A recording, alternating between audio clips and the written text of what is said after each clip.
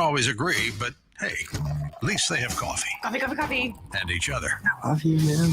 God help us. I want to bless him. We need all the help we can get. Now here's Jeff Hunt and Bill Thorpe, the Jeff and Bill Show on News Talk 710 KNUS.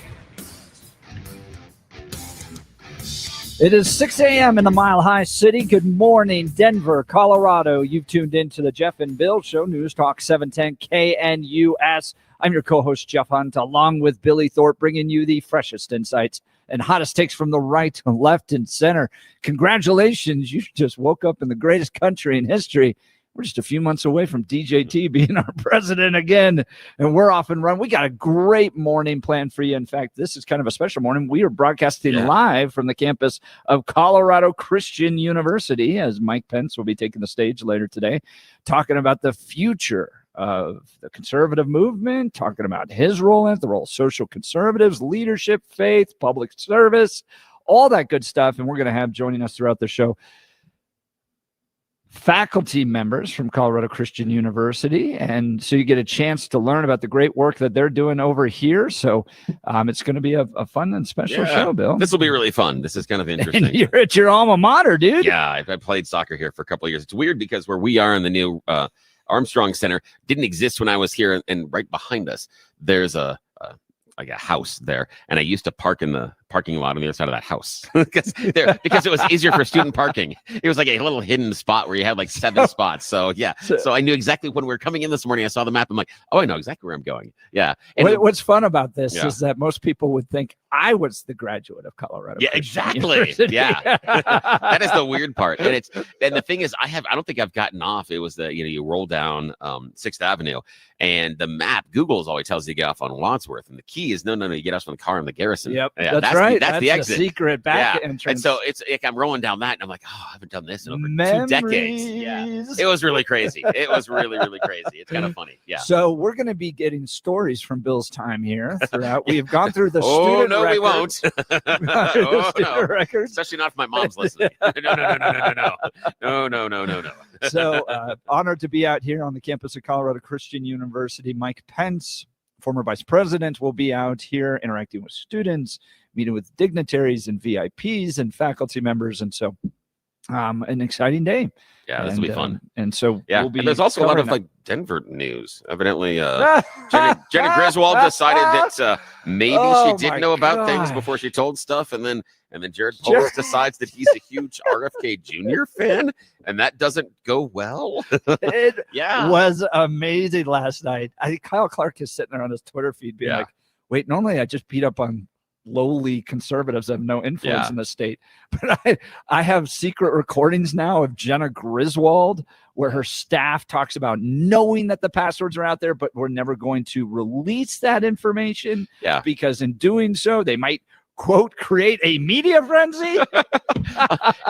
which is a weird decision given the fact that she ran in front of the microphones when we found out about Mesa County, that she's been so serious about making sure we fight the election fraud and standing in front of it. And she went so far as, even though she did defend the states when they were trying to pull Donald Trump off the ballot, she then jumped on the plaintiff's side when it got kicked to the Supreme Court. So even though she did what she had to do and was against it when it was here at the state, she revealed her true colors when she jumps to the national, and she goes national, and then she's on the side of the plaintiffs for the Supreme Court, involved in what the ballot is. But this time it's like, shh, it's a secret. Don't tell anybody. Yeah, okay, sure. This is ridiculous. It shows again why she's politicized that office. Can you imagine if horrible. Wayne Williams, there's no way he would make that decision. No. He wouldn't have gone out with the stuff as far as the Mesa ballots. He wouldn't have come out that quickly. And he wouldn't have ever had a meeting to say, we shouldn't do? Tell somebody about passwords that have been leaked. Let's not tell anybody about that. Let me help anybody that might be in government or politics. Yeah. When you host a meeting,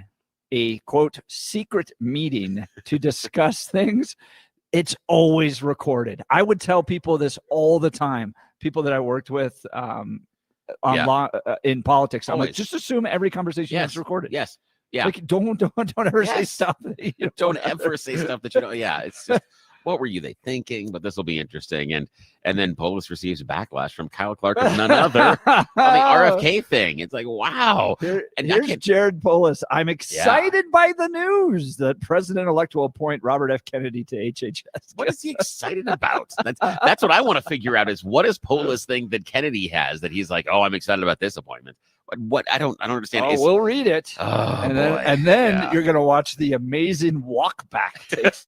I can't wait. You told me about that. I didn't see that one. Yeah. I got to hear about this. I got to hear when he walks it back. So coming up after news and comment with Blake Olson, Dr. David Murphy's the dean of the School of Behavioral and Social Sciences here at Colorado Christian University. He'll be joining us. We're going to be talking about the Middle East. He's got great experience there, what he's seen, how the Trump election is going to change the outcome there. So not going to want to miss this conversation. But first, news and comment with Blake Olson. Good morning, Blake. Hey, good morning, guys. So hope you have a great day there at CCU. 27 and cloudy in Denver, expecting a high of 59 today. The 7-10 5-day forecast coming up. Our top story.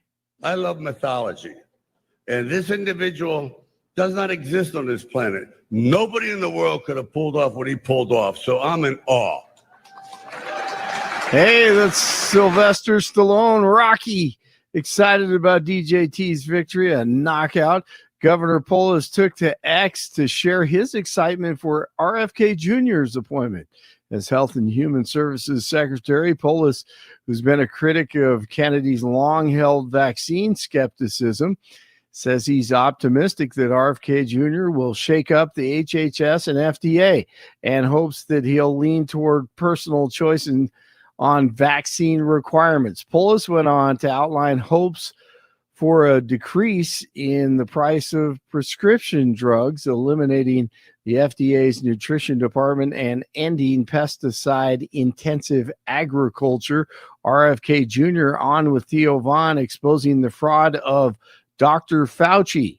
You know, he's been there for 50 years. So he's like J. Edgar Hoover. And the only way that you last in that agency for 50 years is by carrying water for the pharmaceutical industry. And under his watch, he's supposed to prevent autoimmune and allergic diseases. Under his watch, chronic disease has gone from affecting 12% of the American population to 54%. We take more pharmaceutical drugs than anybody in the world. We pay the highest prices. So he's made this country pharmaceutical. DJT says RFK Jr. will restore health agencies to the traditions of gold standard scientific research and beacons of transparency. So Jeff and Billy will talk about this and much more, including the Jenna Griswold story, as you just heard. The discussion of Matt Gaetz being confirmed or not continues. His opponents tried to destroy his reputation. Candace Owens says his opponents are frightened he'll expose them. Tried to paint Matt Gaetz like a complete crazy person. You can imagine, remember, the adults are back in charge, right? That this was getting all of the coverage. This Trump ally, he's out here, he's doing this with a 17-year-old girl. And he fought through this. And it sounded like a conspiracy, right? To say that the Department of Justice is using former employees and liaising to try to siphon $25 million from your dad. But Matt Gaetz alleged that the local FBI instructed his dad to wear a wire to record the conversation with the person that was trying to extort them. And guess what? It turned out that Matt Gaetz was telling the truth. In August of 2022, so a little over a year and a half later, Stephen Alford was sentenced to 5 years in prison for a scheme to extort $25 million from the Gaetz family. Well, this is only going to get more interesting as the days and weeks go along. The Onion, another interesting story, won an auction for Alex Jones's InfoWars and will reportedly shut down the InfoWars show and recreate the website to feature humor writers and content creators. Jones is liquidating his assets after being ordered to pay nearly $1.5 billion to families of victims of the Sandy Hook school shooting for claiming the shooting was a hoax.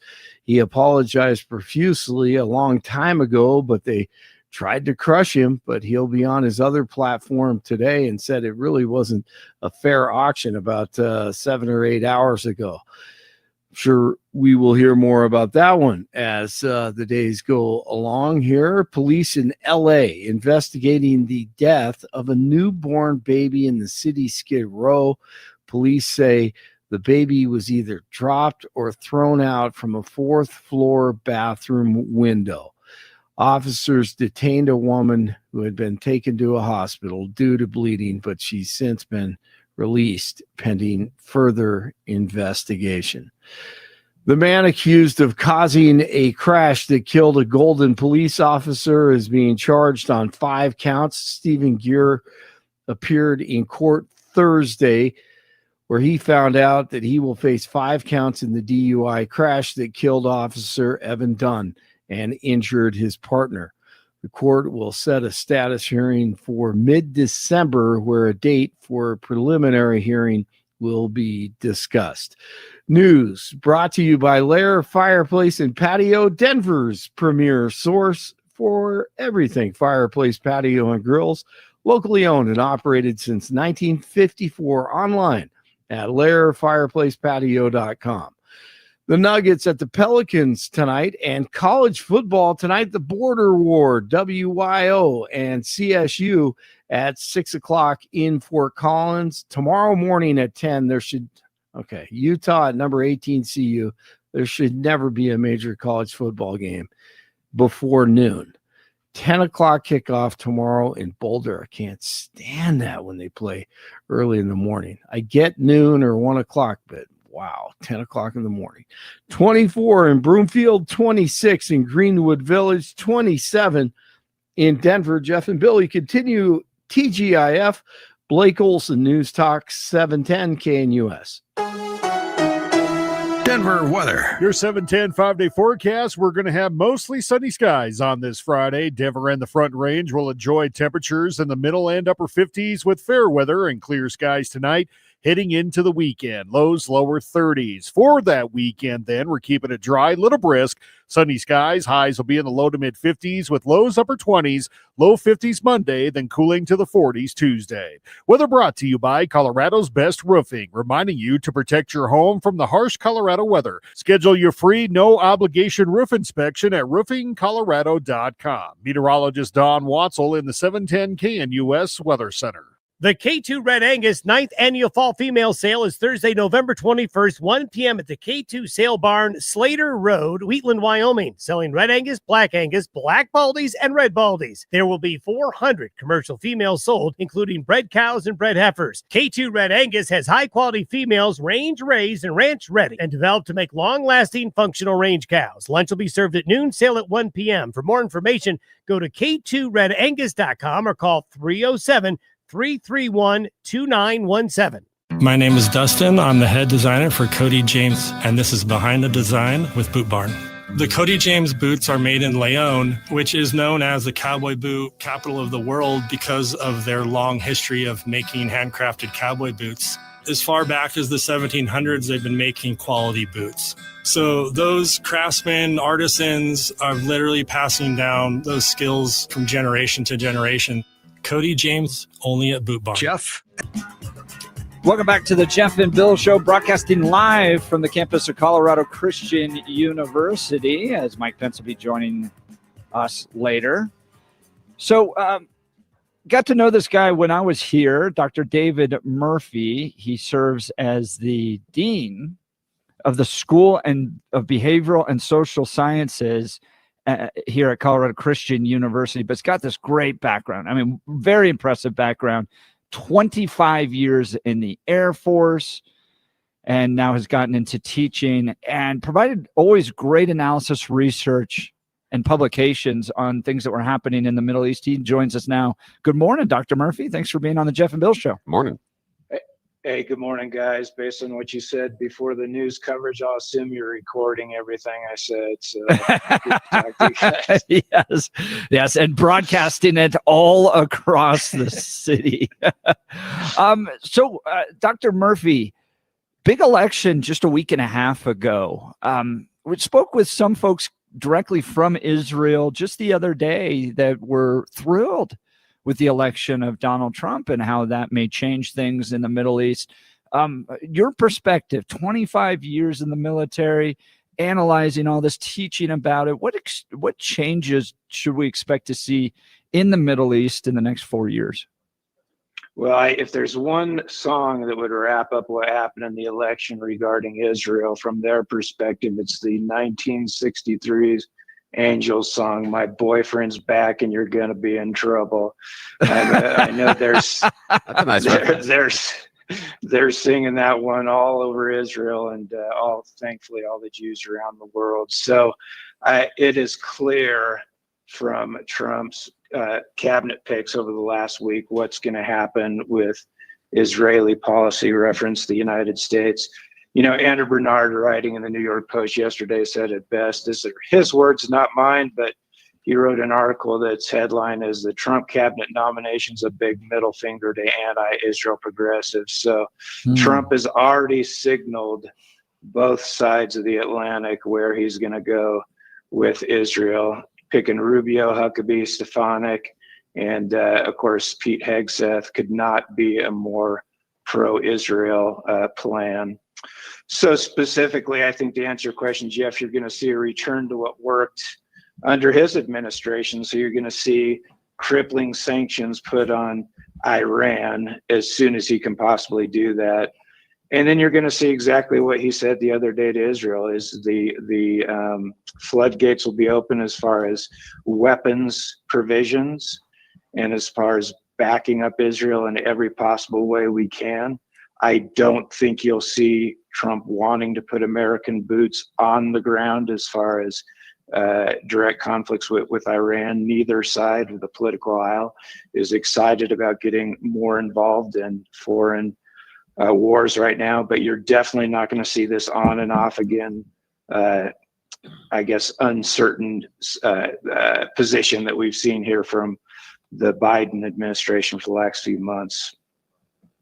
Now, Dr. Murphy, looking at the rising conflict or potential rising conflict where Iran and Israel could be getting severely kinetic, what is the danger of drawing in either other Middle Eastern countries into a wider conflagration in the Middle East, or pulling the U.S. in? If Iran attacks and Israel asks for help, how does the U.S. say no? The danger is off the chart right now. Will Iran attack? If they do, I think it would be obviously before Trump is in office, because that really is one of their few options. Now, the problem Iran has, it's worked itself into a corner, right? It's had 2 attacks that have had limited success. It can do another large missile attack. It could probably send enough through to cause some damage, but they know what's going to come if that happens. And Israel will definitely attack their nuclear forces and their oil fields, and they'll probably go after the Ayatollah also if Iran should attack. And yes, there's a chance that would certainly pull the Middle East into a broader conflict. So the risk right now until the inauguration is just off the chart. Wow. Talking to Dr. David Murphy. He's the Dean of the School of Business and Social Sciences here at Colorado Christian University. So Israel facing essentially what I think he said at one point, the 7-front war out there. Let's walk through some of those. Gaza, that seems to have essentially been wrapped up. Or their focus mostly on Hezbollah, the northern part of Israel right now. Kind of give us a sense of the current state of conflict on the borders facing Israel. Yeah, they've definitely shifted their focus now to the northern war, to Lebanon, everything south of the Litani River. That's about 18 miles north of the northern Israeli border. That has to be cleared out from of the Hezbollah influence. Now the Hamas war is somewhat winding down. Of course, the big question is, what do you do with Gaza? That's a tough one, a tough question to answer for anyone. But Israel really wants to see the UN enforced Resolution 1701 that essentially ordered Lebanon to get all of the Hezbollah forces out of southern Lebanon, essentially the area just south of the Litani River. So, they haven't done that. The UN, and Israel is obviously has a large, or I should say, a controlled ground offensive. Now, there have been some serious talks with American representatives and as part of this for a peace plan in Lebanon. Right now, the French are against it. Hezbollah is, of course, not cooperating. And just yesterday, the Iranian foreign minister said that they are going to stand behind Hezbollah, and they won't agree to a peace deal that includes kicking essentially the Hezbollah forces out of that area. And that Israel just isn't going to put up with that, because Israel still has 60,000 residents evacuated from the northern part of their country because of the Hezbollah presence in southern Lebanon. So while they're controlling Hamas in the south, and that one is to some degree winding down, and it's certainly shifted to the north, it seems to me that Netanyahu has reset his cabinet, which, if you notice the news, he picked several new cabinet ministers after our election on the 7th of November. That was an important signal that his focus is actually more on Iran. So he really wants to kind of end, or at least bring resolution to the situation in Lebanon and be able to deal with Iran. Wow. Talking with Dr. David Murphy, Dean of the School of Behavioral and Social Sciences here at Colorado Christian University. So going back to what you said at the very beginning, my boyfriend's back and things aren't going to turn out that well. Benjamin Netanyahu resetting his cabinet, the United States foreign policy getting reset as well. Now, Dr. Murphy, I spent 4 days with Palestinian protesters at the Democrat National Convention, talking with them, listening to them. And it was interesting to watch this kind of transition take place over 4 days. With, the first day, it was all things progressive, right? There were rainbow flags and the Palestinian protesters, and everything was kind of mixed together. But as the 4 days went on, it became distinctly far more Palestinian. And when you watched the DNC convention, you saw this. You saw Democrats, for the most part, standing with Israel, at least from the stage, right? So it was like everybody on the progressive side got to walk in to the DNC, and the Palestinian protesters were still left outside during that time, and they got more and more angry. But I would ask them, like, well, are you gonna support Donald Trump? Like, I know you're out here protesting Kamala Harris, but are you gonna vote for Donald Trump? Because that doesn't seem to be better. I know I'm asking you to provide a little bit more of analysis on the election, but the Democrat Party had a strong push for the last year within the party itself to separate them from their support of Israel. When it came down to it at the DNC, at the election, they didn't break. And so you had voters in Michigan, Palestinian voters in Michigan, stay out and kind of undervote in order to try to send a message, I think. So what, from your perspective, what is the future? What does the Democrat Party do now that they've lost the election? Hawks in support of Israel and really pushing hard against Iran are now in power in America. How does the Democrat Party respond? Do they lean more into Israel, or do you think you're going to see a further separation and embrace of the Palestinian movement? Yeah, that's an excellent question, and it's shrouded in this whole, diagnosis or, this aftermath of just deciding where the Democratic Party is going to go in general. The party was beat so badly that it's hard to tell what the bellwether incidents were. Many people said, and I agree, that the choice, the vice president choice, passing over Josh Shapiro was a big mistake on Harris's part. Now on the right, we have accused Harris of doing that because he's Jewish and has indicated some support for the Jewish cause in the past. Whether or not that's true, it's hard to say. I would say that her her campaign never responded strongly in the affirmative that wasn't true. So, would that have won her the election? It with the fall of the blue wall, it's doubtful that would have necessarily made a major. She may have got Pennsylvania, who knows? But bottom line, that was a bad choice. So I think what you're going to see, to directly answer your question, Jeff, is you're going to see the party move back to where 70% of the American people are in supporting Israel's cause. So that bodes well for Josh Shapiro's future. I think most people expect him to be a candidate in the future, and I wouldn't be surprised to see when the finger pointing and the blame game is over and the Democratic Party really steps back and says what went wrong when they're evaluating their policy toward Israel. Hopefully they're going to see that they were in the wrong to equivocate on that.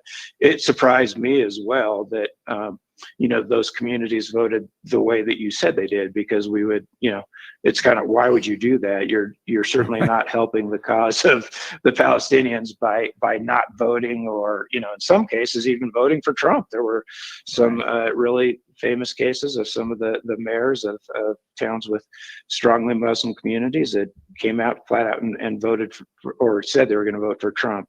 A lot of reasons for that, but I think you'll see the party swing back in the direction that's more centrist over time. I hope so.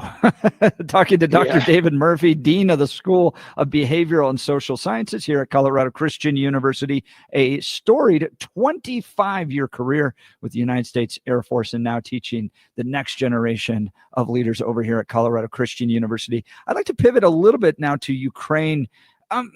Can you give me a sense of where you think things are going to go there? Are we going to get peace? I think Trump promised peace on day one in Ukraine. He said he could solve it in 24 hours. Can he?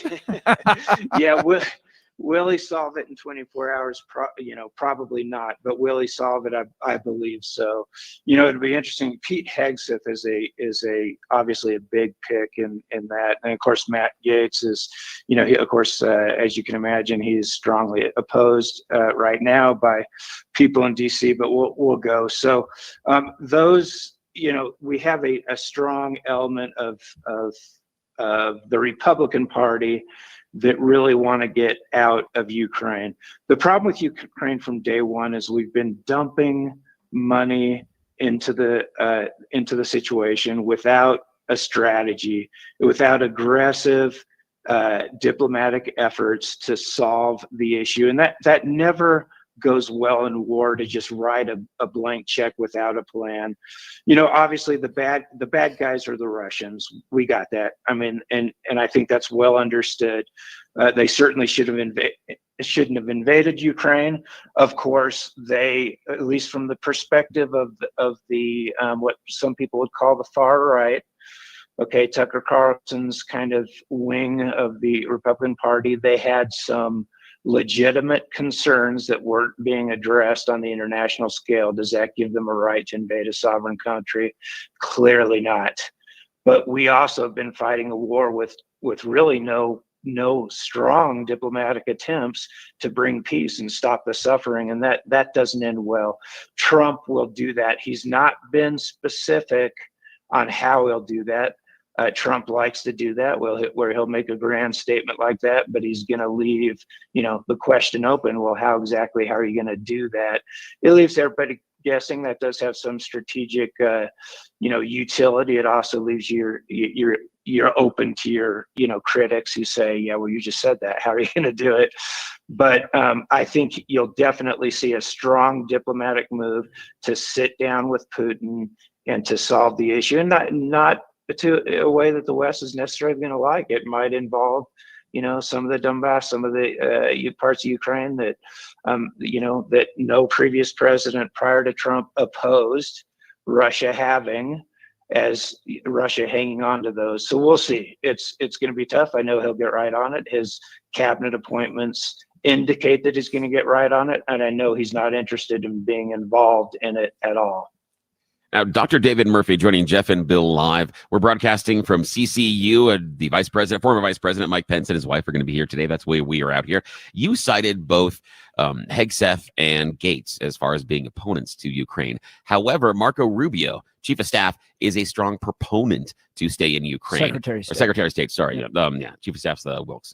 Susie Wiles. Yeah, Susie Wiles. So with Rubio, he is a very, very strong supporter of Ukraine. How is that going to balance out, given that he may have been a little bit higher in the pecking order up the totem pole? How is the staff going to balance that out?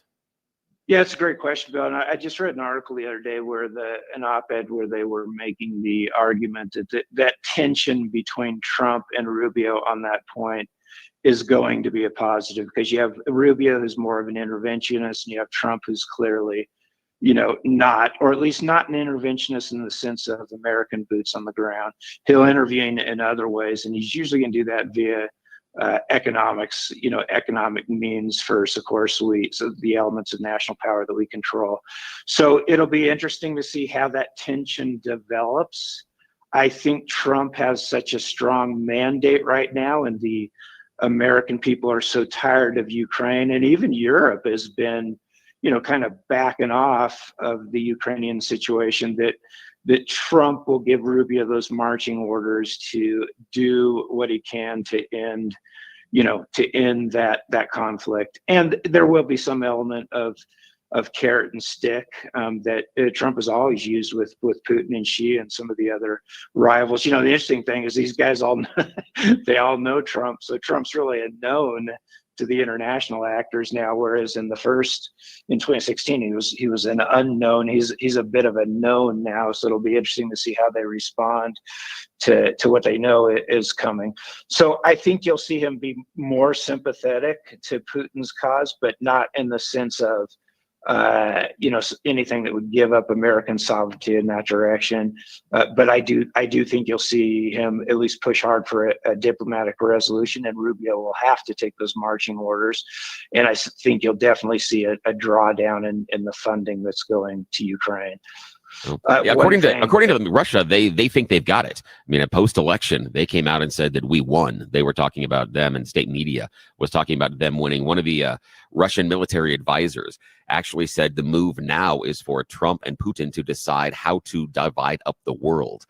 They were pushing the idea that Trump is so close to Putin that this is an opportunity for Russia, not only to keep Ukraine, but to expand even further. They first talked about, the gentleman talking was saying that they first are going to talk about how to divide up Europe, because NATO will go away under Trump. And then Russia will just talk about how much of the rest of the world they get to share with China, and US can keep the rest. Your thoughts on that? Yeah, I don't think that is, that's the Russian media or the Russian leadership talking via their media. So I don't believe that the first thing that Trump is going to do is sit down with Putin and hold a Yalta-like conference where he, takes a map and a crayon and starts dividing the world. I didn't see that in his first term. I didn't see it in the second. I do think he will listen more to the angst that the Russians had with NATO trying to expand in Ukraine and put essentially some people arguing for Ukraine to be part of NATO. No one is. Russia will not put up with that. I mean, we wouldn't put up with the alternative in Mexico or Canada, and to some degree you can understand that it did not justify, of course, the invasion. And I know that you'll see Trump, stand against Ukraine being part of NATO and some of the things that went on. All this started way back when, Harris and some of the other people that were trying to deal with this didn't listen to Russia. I'm not saying it's their fault. I'm not saying that at all. It's clear it's Russia's fault, but there was diplomacy that needed to go on that didn't go on up front. And, Russia invaded. And here we are, 3 years later with just so much death and misery. I found that interesting, Dr. Murphy. One, I want to ask you about the role of Elon Musk in this, because he seems to want access to the Russian markets. And he's been talking to Putin. We've heard that what role he could play in softening the conflict. But I also find it interesting is some of the thing there when you talk about, that we should be concerned about a country like Ukraine on the border of Russia joining NATO. I can't, for me, and I'm sure you're old enough as well, in my lifetime, I can't wrap my head around the idea of the GOP now saying, well, we have to be concerned about the Russian feelings. I can't imagine that single time in which, someone like Reagan would turn and say, well, we're going to do this militarily, but oh, wait, but how do the Russians feel about this? I find it very strange that we're now concerned about their feelings. But more importantly, what's the role of Elon Musk? Because Musk wants that marketplace. He famously turned off some of the Starlink satellites in both Donbass and in Crimea to basically counteract some of the offensive moves that Ukraine was making at the time. It was a favor to Putin. What role does Elon Musk play in giving parts of Ukraine to Putin? Well, I look at that differently. I don't see it as a favor of Putin. I see it as a concern over the Biden's administration of selling and by tacitly allowing Ukraine to use offensive weapons inside of Russia. I mean, can you imagine if somebody had done that to the U.S. and that was a red line that the Biden administration tacitly crossed? I wouldn't necessarily say it vocally crossed. So I think Elon Musk, saw the concern with what was going on, and he also felt that having his assets being used in a war that was bordering on going in a very bad direction was not something he wanted to be part of. So I don't view his intervention there. Now, as far as access to markets, I mean, Elon Musk is a businessman, and I think he shares the desire for peace that all of us have. And with peace comes access to markets, and there's nothing wrong with that desire from any business. There's nothing wrong with that as an American policy. We want fair and free trade exchange with Russia. We want these things to be realized. Now, to answer directly your question, it's a realistic view of foreign policy. So you couch it in, well, we're concerned about Russia's feelings. No, we are concerned about realism. Russia is a major power player, as is China, and we live in a world when they have interests that they're going to, and a lot of those interests are to counter the power of the United States. So how to best counter that? Feeding a bunch of money to Ukraine, I would argue, without a plan, is not the best way to counter that. There's other ways that don't involve, I think, almost 1 million Ukrainians now dying that we could do, and Trump will at least try to do. And I think he'll push Rubio in that direction. It will be a creative tension, though, Jeff. I think you brought up, Bill. I think you brought up a great point there about the tension between Rubio and Trump. No. Dr. David Murphy, Dean of the School of Behavioral and Social Sciences here at Colorado Christian University, a storied 25-year career with the United States Air Force, now training the next generations of our leaders, our country's leaders here at CCU. Dr. Murphy, thank you so much for your time and analysis today. We sure appreciate it. Yeah, thanks a lot. You bet, guys. You have a great day, and good to talk to you. Great. I mean, that's some of the brilliance you get here at Colorado Christian University. So you go to ccu.edu. That's ccu.edu, and check out all the different degree programs they have there, not just for students 18 to 22, your kind of traditional undergraduate student, but all the adult and online classes as well. Go to ccu.edu to check that out. All right, we'll continue with the Jeff and Bill Show. We are Denver's talk leader, News Talk 710 KNUS. 710 traffic. Driving the highway, it's getting a little busier. Good Friday morning. 6th Avenue looks good. There was a stall westbound on 6th Avenue near Sheridan. That's been cleared out. No delay. 6th Avenue moving well. Speeds on the high side.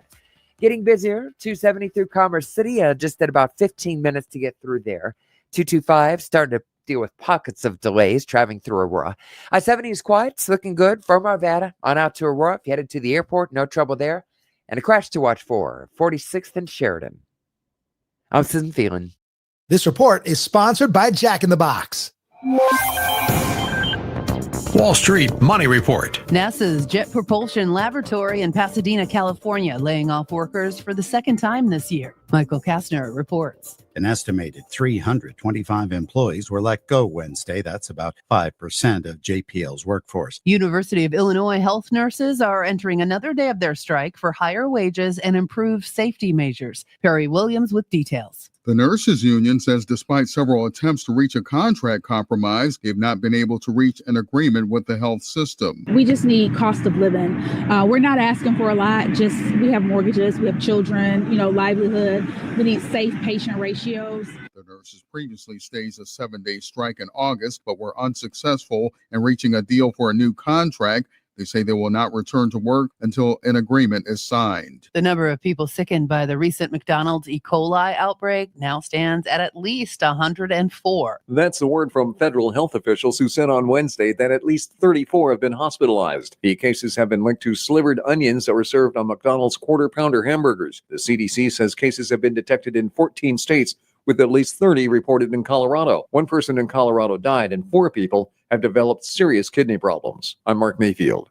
Betting platform Polymarket calling an FBI raid on its CEO's home obvious political retribution for predicting Donald Trump's election victory. The FBI reportedly raided the Manhattan home of CEO Shane Copeland Wednesday, seizing his phone and other electronic devices. The Justice Department investigating the company for allegedly allowing U.S.-based customers to make trades on the platform in violation of restrictions. A spokesman for the company suggesting it was because of correctly calling the election for Trump. And Meta will face trial in an antitrust case brought by the FTC over its acquisitions of Instagram and WhatsApp. A federal judge issued an order denying the Mark Zuckerberg-led company's request to drop the case. With consumer and business news, I'm Monica Nelson. RockyMountainBargains.com, where you'll always pay half price. Why pay retail when you can get what you want at 50% off?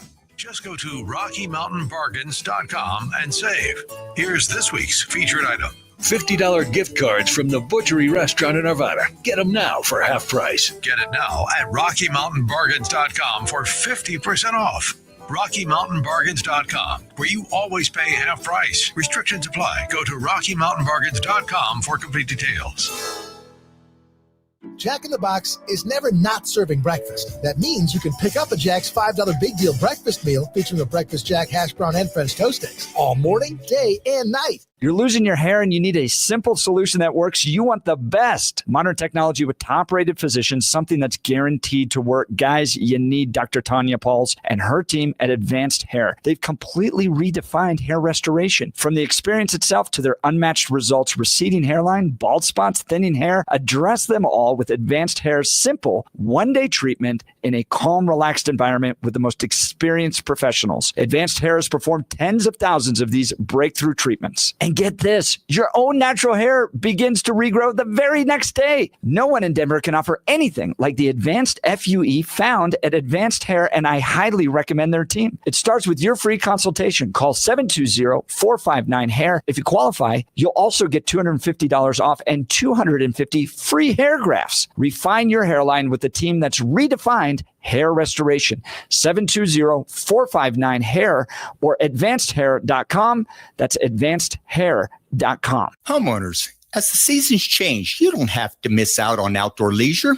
This holiday, let Deck Tech Outdoor Designs give your home the gift of luxurious year-round enjoyment with stylish decks, custom roof additions, or an elegant sunroom. Deck Tech can add lighting, heaters, and fire features to go with over 300 days of Colorado sunshine and integrate a hot tub into your space for privacy, ambiance, and ease of use. And with Deck Tech's limited time holiday pricing, you can experience warm outdoor living in winter. For over 35 years, Deck Tech's own designers and craftsmen work directly with you through digital plans, 3D models, and our project managers to provide peace of mind every step of the way. Plus, with Deck Tech's easy financing, you'll be adding value to your home and lifestyle. Experience warmth in winter along with year-round outdoor living enjoyment. Check out Deck Tech's reviews and call Deck Tech today at 303-277-1550 or go to decktech.com. That's DECKTEC.com. Deck Tech. If you have unfiled taxes or are in debt to the IRS, this is important news. Did you know the IRS has programs specifically designed to help people struggling with tax debt? Powerful tax assistance programs that can save you thousands if you qualify. No one knows these programs better than the experts at Optima Tax Relief, America's most trusted tax resolution firm, A-rated by the Better Business Bureau. Their award-winning team of tax attorneys and licensed professionals have resolved over $1 billion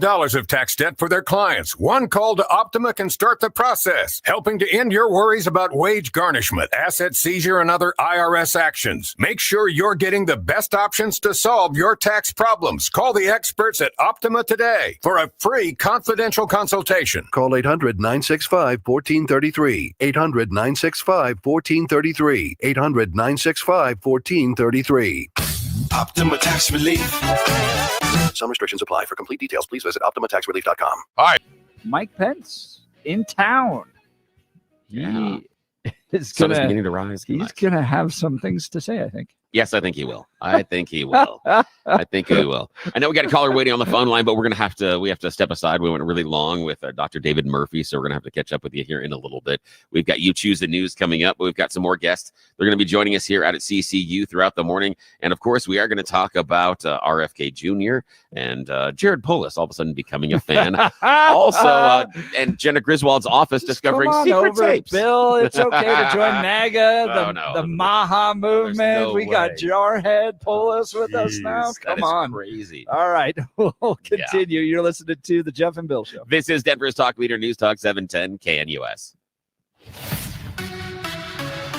710 traffic. Driving the highways, getting a little busier. Good Friday morning. 6th Avenue looks good. There was a stall westbound on 6th Avenue near Sheridan. That's been cleared out. No delay. 6th Avenue moving well. Speeds on the high side. Getting busier. 270 through Commerce City. Just at about 15 minutes to get through there. 225 starting to deal with pockets of delays traveling through Aurora. I-70 is quiet. It's looking good from Arvada on out to Aurora. If you headed to the airport, no trouble there. And a crash to watch for. 46th and Sheridan. I'm Susan Phelan. This report is sponsored by Jack in the Box. Ah, retirement. Sounds so sweet you can almost taste it, can't you? You've been doing the right things, saving the right way, working hard, and now you're ready to start that next great journey of life. You get to do what you love, with the people you love, in places you've been dreaming about for years. Are you ready? Have you saved enough? Do you know if your money's going to last? That's where we come in. This is Colin Richards, founder of Lord & Richards, and we're your retirement advisors. Tune in every Saturday at 2 o'clock right here on News Talk 710 KNUS for the Lord & Richards Show. I'm going to take you on a journey to discover how to be financially independent sooner than you might think from a biblical point of view. Learn more at lordandrichards.com or call 720-592-1040. That's 720-592-1040. Investment advisory services offered through Lord & Richards Wealth Management, LLC. Let's go! ABC Wednesday, country music's biggest night, the CMA Awards. Let's party, Nashville! Kicks off with this year's must-see collaboration, Post Malone featuring Chris Stapleton live. With electrifying performances by Lainey Wilson, Shabuzi, Ashley McBride, Luke Bryan, plus Thomas Rhett and Teddy Swims. Woo!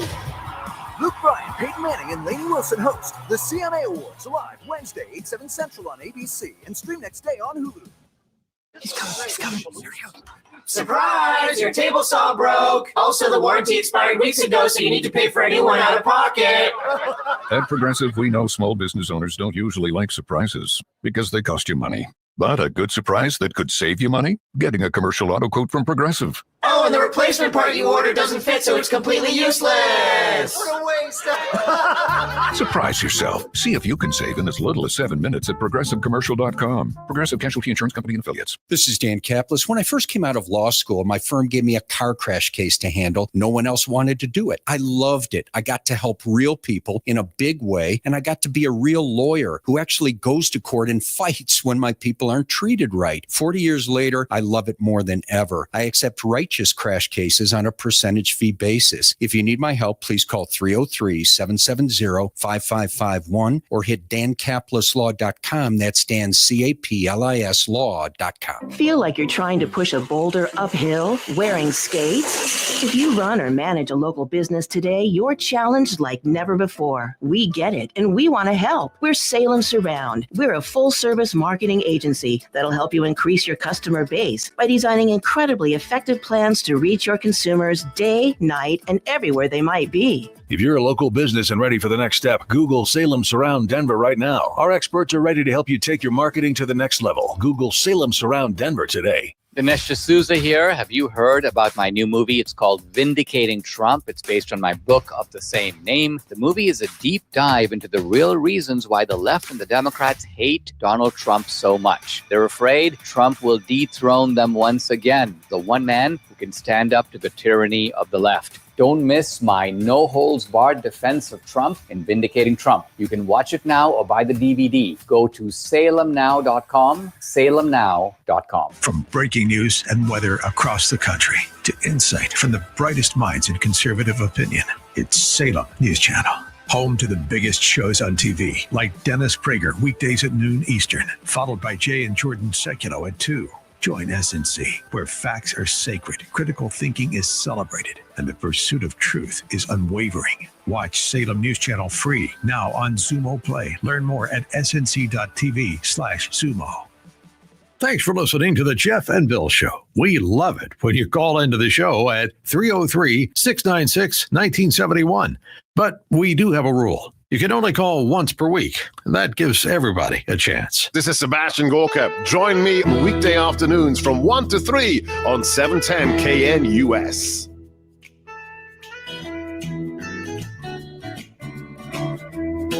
Welcome back to a very special edition of the Jeff and Bill Show, broadcasting from the campus of Colorado Christian University. Wow, the location may change. Some things never do. Billy, give the people what they want. Yes, it's that time of the morning to play You Choose the News, the loser edition. Everybody's favorite fake radio news game show, but we are bringing back the stories that were not deemed worthy of your attention. You are one pathetic loser. Loser! Let's go. Loser! You're a loser! The Losers Club. Bunch of losers. You're such a loser. You made me feel like a loser! She's a loser. You are such a loser. Loser. Yes, the loser edition of You Choose the News. We're bringing in Blake Olson from our newsroom. My buddy Jeff Hunt right next to me. Here we go, gentlemen. Your choices are headline number 1, Pick a Nick Imposter. Headline number 2, Party Boom. Headline number 3, Explanation of warning labels. And headline number 4, Wait, you believe in marketing? Mr. Hunt, your choice. Your last ones always make me laugh, so I'm going to go with that one. All righty, wait. You believe in marketing? You believe in marketing? This is ridiculous. You know, Lindt, those super fancy wrapped chocolates we all see around the holiday season. I thought you meant the stuff you get out of the dryer. No, not that. It's the delicious chocolates that you sneak when grandma's not looking. However, Lindt has had to admit that, well, we're not exactly telling the truth. They are not expertly crafted with the finest ingredients. They kind of fall out of a machine. The problem is that Lindt is being sued for the lead levels in their chocolate. A study revealed very high lead levels in Lindt chocolates. And during the testimony, they had to reveal that, no, we don't have expert chocolatiers crafting this by hand or doing anything special or wrapping this. It just falls out of a machine, and it's an assembly line. Yeah. So, yeah. So those Lindt chocolates aren't as fast Friday as fancy morning, thing. and Bill ruined something else. It's kind of my job on the show. All righty. Blake Olson, sir. Pick a Nick Imposter, Party Boom, or Explanation of warning labels. Let's go with Party Boom. Yeah, Party Boom.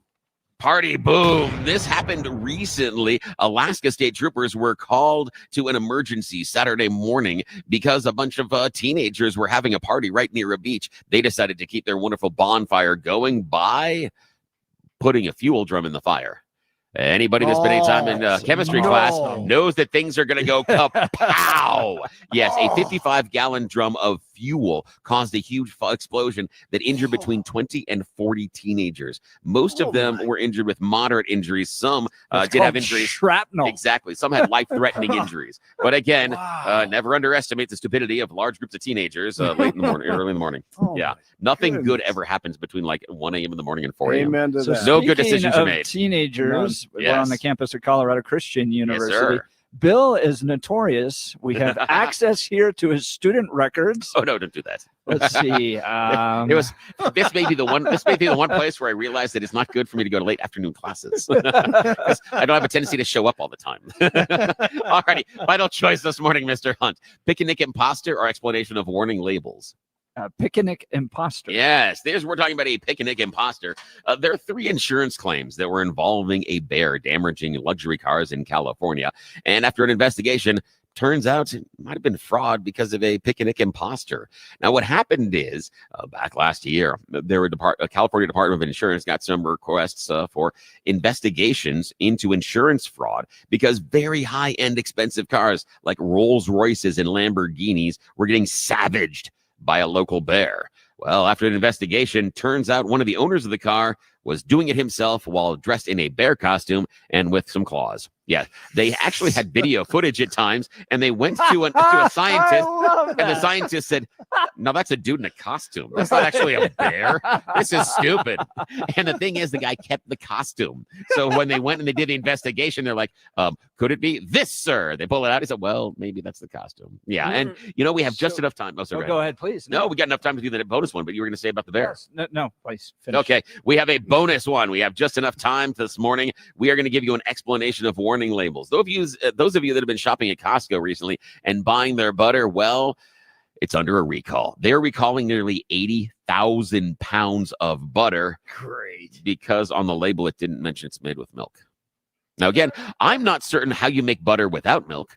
I thought that was kind of an understanding. Yeah, same here. But yes, if you've always wondered why we have those warning labels that say don't put the toaster inside the bathtub, it seems self-evident. This is the reason, because people buying butter at Costco didn't know it was made with milk. So now there's a complaint, and they're having to recall 80,000 pounds of it because we're stupid. That, or we're now a society that pulls milk from almonds. Yes. So, I don't blame people for being confused. You cannot milk an almond. I will die on this hill. You must call that nut juice. You have to. It's the only thing that is appropriate. That's all it really is. I'm sorry. All right. That's it. You're We're out of here. listening to the Jeff and Bill Show. Denver's Talk Leader News Talk 710 KNUS. 710 traffic. Good Friday morning. Easy drive out here. No problems. Had a stall 6th Avenue in Sheridan. That's been cleared out. Better speeds there. No trouble on that drive in or out of Lakewood. 270 through Commerce City. 12 minutes for to get through there. Southbound 225. A little heavier from Parker Road down to the I-25 interchange. Take you about 7 minutes.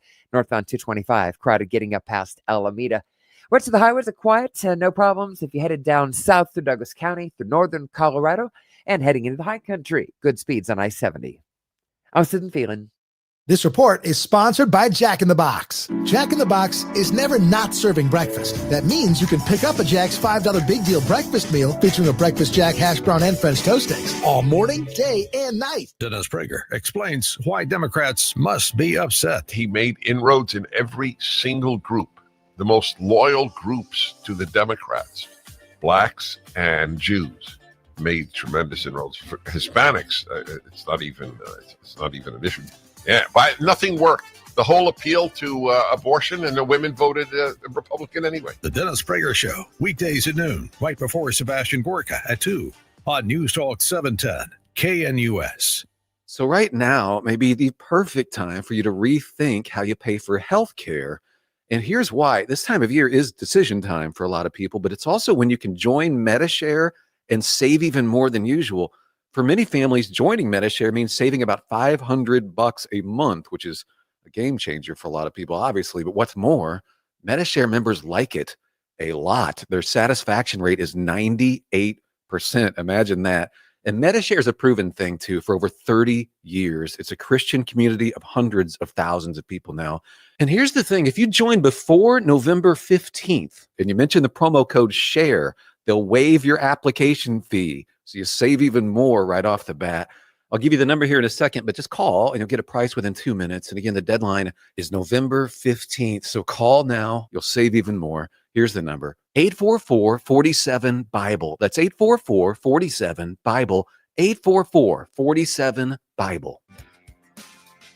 The story of MyPillow is a testament to faith and transformation. Mike Lindell, once battling addiction, found a new path when he embraced faith and began following Jesus. In gratitude, Mike is excited to share an exclusive offer with our listeners. Right now, the standard MyPillow is available for just $14.88. There's a limit of 10 per customer, so don't wait to take advantage of this amazing deal now with promo code SNOOZE. Mike believes God gave him the idea for MyPillow in a dream, and it's designed with your comfort in mind. The pillow holds its shape and adapts perfectly to your unique sleep position, helping keep your neck aligned for the best night's sleep. And there's more. Take home a 4-piece kitchen set for only $25. Enjoy their new mattress topper starting at just $99.99. Or pick up the luxurious MyPillow bed sheets starting at $49.98. Visit MyPillow.com or call 800-848-6979 and use the promo code SNOOZE to unlock huge discounts. Go to MyPillow.com and click on the radio listener square and use the promo code SNOOZE. You'll also get deep discounts on all MyPillow products, or call 800-848-6979 and use the promo code SNOOZE. Salem. Views and opinions expressed by the hosts and guests on the following program may not reflect those of this station or Salem Media Group, its management, sponsors, affiliates, or employees. Portions of the following program are pre-recorded. KNUS Denver, where debate disasters happen daily. Tastes great. Less filling. Tastes great. It's less filling. The Jeff and Bill Show on News Talk 710 KNUS. It is 7 a.m. in the Mile High City. The sun is rising. Good morning, Denver, Colorado. You've tuned into the Jeff and Bill Show, News Talk 710 KNUS. I'm your co-host, Jeff Hunt. Just enjoying a little Friday country music. It is kind of nice. We should think about that. Maybe we should start coding stuff so we only do country music on Friday. It'd be a lot of fun. We could pick out some of Jeff's favorites. So nice. It'd be a lot of fun. It's a great way to kick off Friday. By the way, is Jeff Hildebrandt joining us later? Or is he? Oh. That's a good question. Question I asked Bill. I've been very busy all morning. I don't know. Right. I'm going to go check on that while we're in the news. That's a good question. Cowboy poetry. Well, you've tuned into the Jeff and Bill Show, News Talk 710 KNUS, bringing you the freshest insights, hottest takes from the right, left, and center. Congratulations. You just woke up in the greatest country in history. DJT is about to be your president again, and we are off and running. And to Billy's great chagrin, RFK is going to be making health decisions for him. Oh, yippee. And Matt Gaetz is going to be prosecuting the bad guys. Oh, fantastic. What the hell is going on? What is going on? What have we done? So, Billy, you're Catholic. You're Roman Catholic. This is what's called purgatory. Yes, we need to cleanse you. Oh, I didn't go to confession. Bad things. This is not going to go well. So we've got a whole hour lined up for you with engaging discussions, critical analysis, your calls and texts, because this is where Denver's voice is heard loud and clear. So grab a cup of coffee in Denver and let's dive into the issues that matter most to you right here, right now. Coming up after news and comment with Blake Olson, Dr. Tommy C. Dr. Tom Copeland, Director of Research at Colorado Christian University Centennial Institute, will be joining us. We're going to dive into some Colorado politics. So you're not going to want to miss it. But first, news and comment with Blake Olson. Good morning, Blake. Hey, good morning, Jeff and Billy. I do think we should go all country on Fridays. I agree with you. I think we should definitely do that. I'm looking. It makes me so happy. Well, because I live the rural lifestyle. Yeah. And just some slow country music on a Friday. Yeah, there's nothing I agree. sweeter. Or even some fast country music. I don't know. Right in the 9 o'clock hour. Yeah. I love it. I think we should do that. 27 and partly cloudy in Denver right now, expecting a high of 57 today. The 7-10 5-day forecast coming up. And right as I say that, talking about slow country, my computer just crashed. Give me 3 seconds and I'll be right back here with you. But we're expecting a high of 57 today and another beautiful day with sunshine. So let's see. Governor Polis took to X to share his excitement for RFK Jr.'s appointment as Health and Human Services Secretary. Polis, who's been a critic of Kennedy's, RFK Jr., his long-held vaccine skepticism, says that he's optimistic that RFK Jr. will shake up the HHS and FDA and hopes that he'll lean toward personal choice on vaccine requirements. RFK Jr. continues to expose Dr. Anthony Fauci. You know, he's been there for 50 years. So he's like J. Edgar Hoover. And the only way that you last at that agency for 50 years is by carrying water for the pharmaceutical industry. And under his watch, he's supposed to prevent autoimmune and allergic diseases. Under his watch, chronic disease has gone from affecting 12% of the American population to 54%. We take more pharmaceutical drugs than anybody in the world. We pay the highest prices. So he's made this country. That's on Theo Vaughn. Theo Vaughn showed the new Department of Government Efficiency is looking for employees. The department, which DJT announced will be led by Elon Musk and Vivek Ramaswamy, posted on social media that it's looking for super high IQ, small government revolutionaries willing to work 80 plus hours per week on unglamorous cost cutting. And what happens to all these greasy swamp creatures after the new administration blows them up?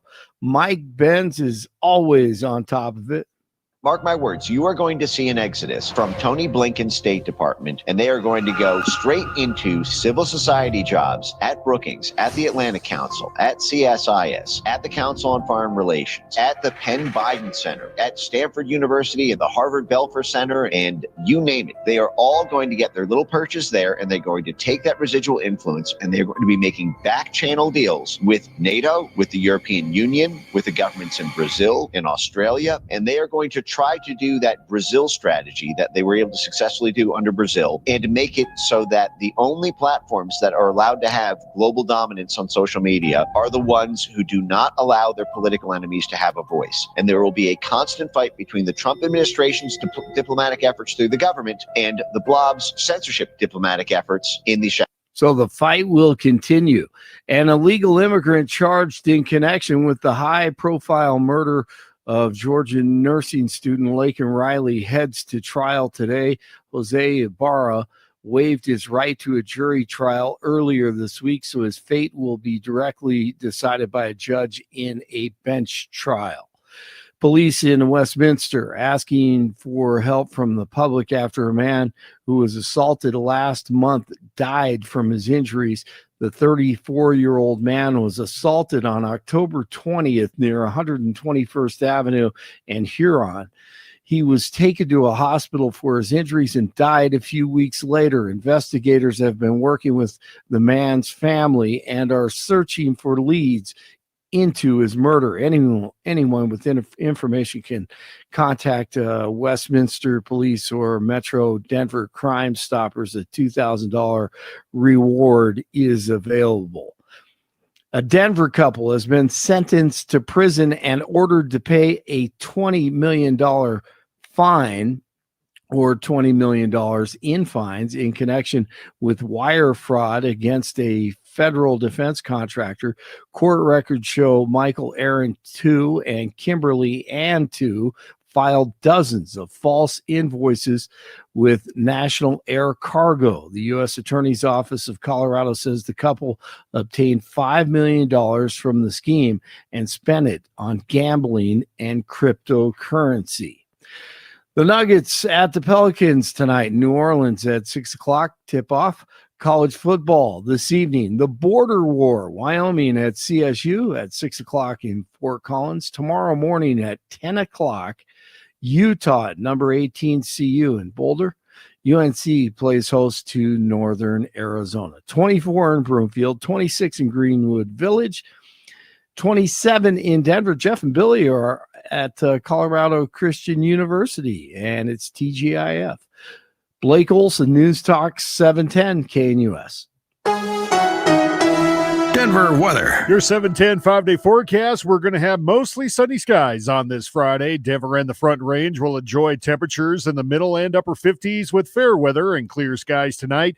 heading into the weekend. Lows lower 30s. For that weekend, then, we're keeping it dry, little brisk. Sunny skies. Highs will be in the low to mid 50s with lows upper 20s. Low 50s Monday, then cooling to the 40s Tuesday. Weather brought to you by Colorado's Best Roofing, reminding you to protect your home from the harsh Colorado weather. Schedule your free, no-obligation roof inspection at roofingcolorado.com. Meteorologist Don Watzel in the 710 KNUS Weather Center. Watch Jeff and Bill live on YouTube, Rumble, or X. This is the Jeff and Bill Show on News Talk 710 KNUS. Welcome back to the Jeff and Bill Show. I just saw this breaking news come through. What do you got? Conan O'Brien's going to host the Oscars, taking over for Jimmy Kimmel. Oh, wow. Yeah, I know he stepped away. Kimmel is, he can't be a winner. There's no way he can win and host those award shows anymore. Yeah. Jimmy Kimmel is stepping away from reality. So is he moving? I think did I see posts that he might be moving? I don't getting out of the country. So. I don't think so, because he's still hosting the show. I don't think so. And here's a really weird thing. I don't have a lot of connections to celebrities, but a very, very good friend of mine is a good friend of Jimmy Kimmel's wife. Yeah. And she's a lovely person. And so I don't know. I'll ask some questions. I probably won't know for a couple of days, but I'll reach out to someone that I know. Yeah. Jimmy Kimmel, he's a loser. No longer hosting the Oscars anymore. I saw Conan O'Brien one time live. So really? I saw Jay Leno. I was in the studio audience for Jay Leno and Conan O'Brien. And Conan was remarkable. All right. So what Jay did was bring out the little like pre-comic guy to kind of warm up the show. And it was fun, all this stuff. Oh, yeah. Dude, we're all sitting in New York City at the Conan O'Brien show in the studio audience. And the lights go down. Spotlight comes on. Conan O'Brien to the tune of Hunka Hunka Burnin' Love yes. by Elvis, runs up and down the stairs in the studio audience, pulling people out of their seats, dancing with them. Oh, yeah. All that. I mean, just a whole nother level of audience engagement and excitement. And then the guy just crushed it. So, yeah, he's I fantastic. Like and he's a former writer, former Simpsons writer. Yes. So, yeah, he was the Harvard, the Harvard Lampet or something like that. Yeah, he was. Yeah. So he's wired a little differently. And I'm sad that he didn't have more major success on the networks when he was hosting the evening shows, because I like his brand of comedy. I do too. I like how he thinks. I just like how he approaches comedy. I just think he's got some value there. But well, they didn't ask me. I don't get to vote. Oh well. So Jared Polis tweeting yesterday, and I'm going to get comment from Tom Copeland about some of the picks here that DJT's putting together for his cabinet, because it's just like it's just a beautiful dream for MAGA. Every single day we wake up and there's more winning over and over and over again. So Jared Polis tweets this. Jared Polis. Yeah, this is crazy. And it's a long tweet too. That's the thing. He didn't I'll just be go quick on this. Oh, yeah, but it's okay. No, you should hit all the highlights. Yeah, take care of all the highlights. But the thing for me is it wasn't just a yay, happy about. It was this long, and I'm like, you're really into this, man. It's all of a sudden like it's okay. We know that I don't know if we've talked about this before, but Polis is a Swiftie. And it's almost as if he gives a review of the latest album. I'm like, the hell? I was surprised by the length of his endorsements. Yeah. So Jared continue. Polis. I feel like we should have some music of like kind of loving, longing music. I know we're not in studio today, but when we read these tweets about his admiration for RFK, this would be, it's got to be one of those things that back in the day, you may remember when they do the slow partner skate at Skate City. That's what we need. We need those songs. That's what we need. Do you want to know what love is? Yeah, that's something like that. Yeah. That's going to get clipped and used in a promo. Oh, great. All right. I'm excited by the news that President-elect will appoint Robert F. Kennedy Jr. to HHS Gov, so Secretary of Health and Human Services. He helped us defeat vaccine mandates. That's interesting. Hold on. Does anybody remember living in Colorado in 2020? Hang on. Jared Polis was not the arbiter of or the bastion of fighting against vaccine mandates. Okay. I couldn't have heard that right. Repeat that again. He helped us defeat vaccine mandates in Colorado in 2019 and will help make Colorado healthy again by shaking up HHS and the FDA. Okay, now I'm not the brightest bulb on the Christmas tree. Maybe you can remind me who was governor in 2019 and 2020. Wasn't it a guy with Polis? Yes. Yeah, wasn't it? Wasn't he kind of in charge of some of the shutting the stuff down? Didn't he get the choice to shut the stuff down into? And he called people that didn't get vaccines selfish bastards. And now I'm so confused. This is why everybody last night was like, I am so confused now. Someone hack his account. My This head would be a hurts. brilliant hack. My head hurts. Okay, continue.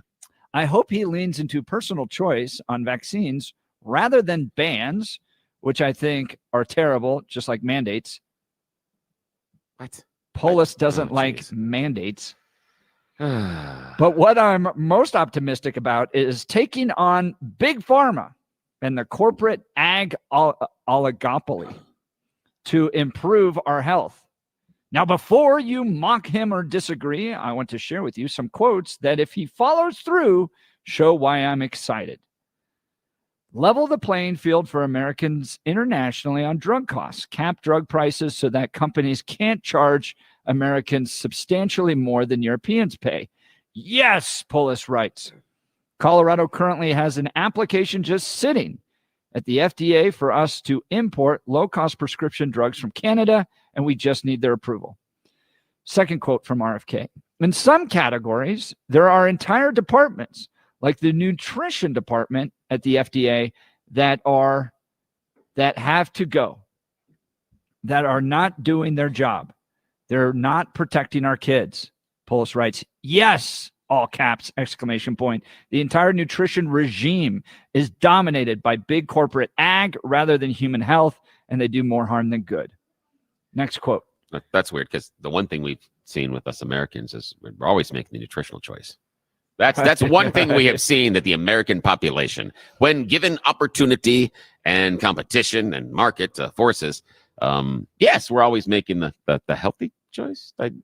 Or I'd like to take a moment to address our more libertarian friends in the audience.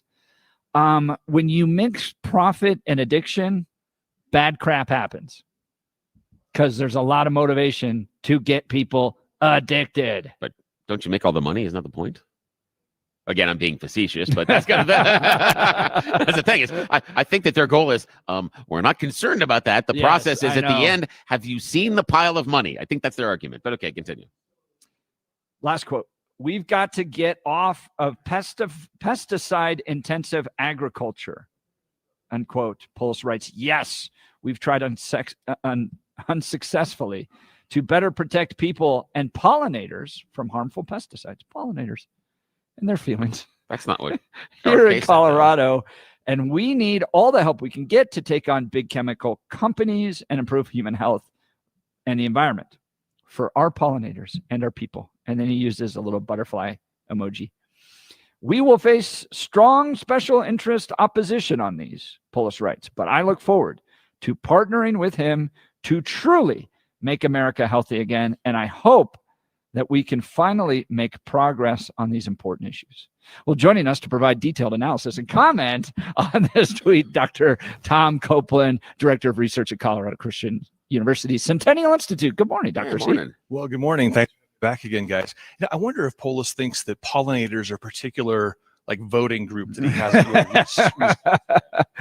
I actually think I'm having a little moment of inspiration, because look, we all know there's no way Polis becomes president. There's no way. He's not energetic or engaging. The only reason he's governor is because he walked in with a check of $26 million and was like, I would say the only way that he does is okay. We're going to jump in the time machine here. There is a wonderful cartoon from years ago, Phineas and Ferb.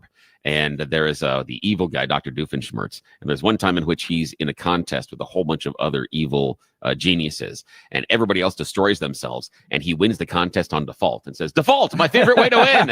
And that's how Jared Polis gets to be the Democrat nominee. If everybody else cannibalizes themselves, where the entire electorate of the Dems go, well, I guess default. We're going to have to pick Polis. That's the only way he can get there. He is a slower, just more boring version of Gavin Newsom's policies. So Gavin Newsom is, if they both run against each other, there's no policy difference there. So, and then Gavin is just way better looking and more interesting. So he'll get elected. But I really think that the Democrats are going to put Shapiro up out of Pennsylvania. He's really, really good, an important swing state, and he's not crazy progressive as the left is. So what does Jared Polis need to do? He needs to position himself to be the next secretary of HHS. I think he's trying to get some on-the-job training going. Could be. Well, I think all of this makes sense in light of, yes, he wants to run. Now, I don't know if I go as far as saying he's only angling for HHS, but this tweet praising RFK, what is he trying to do? He's trying to appeal to ordinary voters, right? We're going to bring your drug prices down. Yeah. We're going to go after big pharma. Well, no one likes big pharma. There's a little shakier ground, I think, with going after big ag because agriculture is such a huge part of, at least for us, for Colorado. But it also makes sense in light of his announcement the other day with Governor Pritzker of Illinois, with this kind of national governor's resistance movement. It's just like a giant blue fist or something. In the same week, he launches this resistance, and then he's also, man, that pick is great, Trump. So then everybody flips out on this tweet. I mean, the chairman of the Democrat Party here in Colorado, every liberal activist is like, what are you talking about? And this is, by the way, I just find, and Tom, you'll appreciate this, how much things have shifted in parties to where my party now has Robert F. Kennedy, who makes statements that tick the Democrats off. And the idea of Jared Polis even liking anything that RFK does, flips over the entire Democratic establishment and gets them all ticked off. Like, what world am I in? Back to Bill's purgatory. So then he has to walk it back. So this all happens in the course of like an hour yesterday. And here's this press person.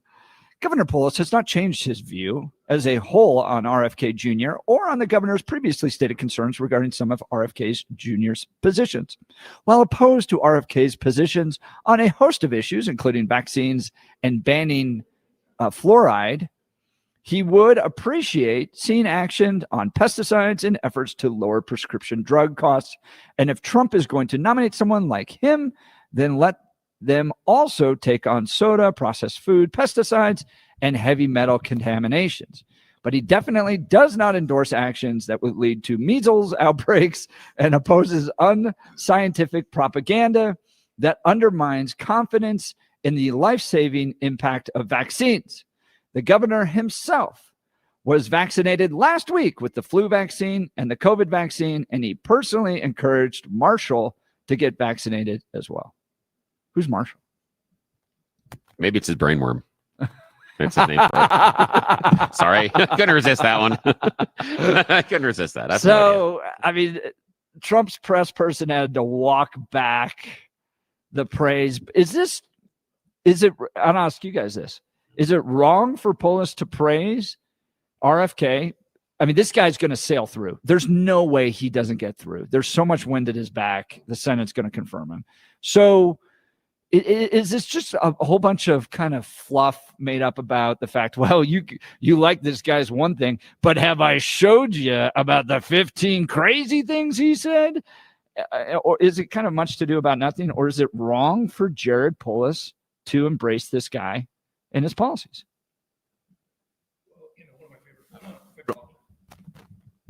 Hold on, sir. I don't know why you're comparing here. I'm going to give you this one. I don't know why. Dr. Copeland's microphone is not working, so I'm going to pass this one over to you. Oh, what the heck is here? Hang on.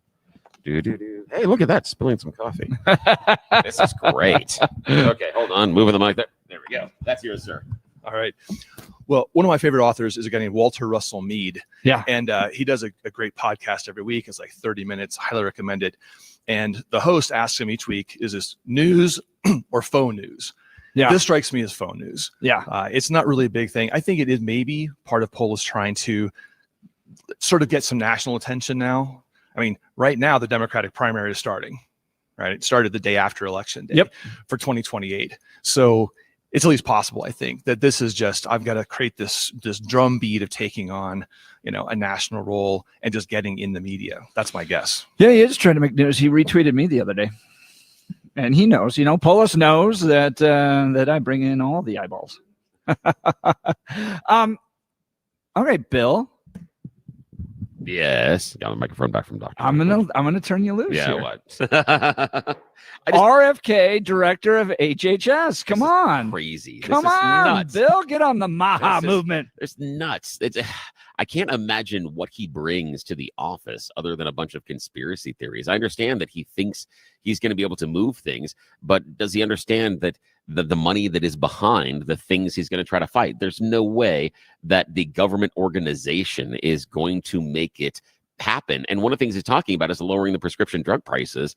And that was a Biden administration plan, something that the Trump administration last time didn't get to. And you're going to tell me that somehow they're going to push back against all the money with big pharma and they're going to allow government to negotiate down drug prices? We saw a farmer jump off the Democrat bandwagon and go for Republicans after the thing with the insulin. I can't imagine. And some of the stuff, this is a guy who talks about how he routinely would find roadkill, bring it home, and then eat it later. And we're putting him in charge of nutrition. And he's eating stuff off the ground. I mean, he's eating stuff off the ground. Did you see what the Democrats put up on? I mean, the people that were in charge of running our health stuff from the Democrat side, like frumpy. Well, not fit, and we're supposed to take orders from them. Again, if we're gonna, RFK's like, the dude can run 20 miles. Here's the thing: but for the confirmation in the office, we're not doing double dare. There's not like a physical challenge. So I mean, if you're going to be in charge of health and human services, yes, you should be physically fit because you don't even practice what you preach. See, the thing for me is, I want to add for our presidential debates in the future, I want to add a physical challenge in. I just think that it'd be funny. It's like, okay, we've just discussed China. Now let's see who can find, the flag in this big child of goo. I think that would be funny, but I'd watch much more often than that. I'm worried about his decision-making process and things that RFK thinks are major priorities.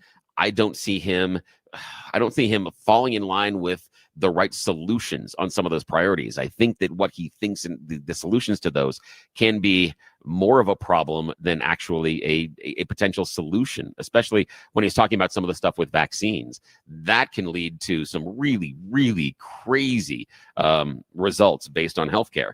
And again, nutrition. So dude that eats roadkill.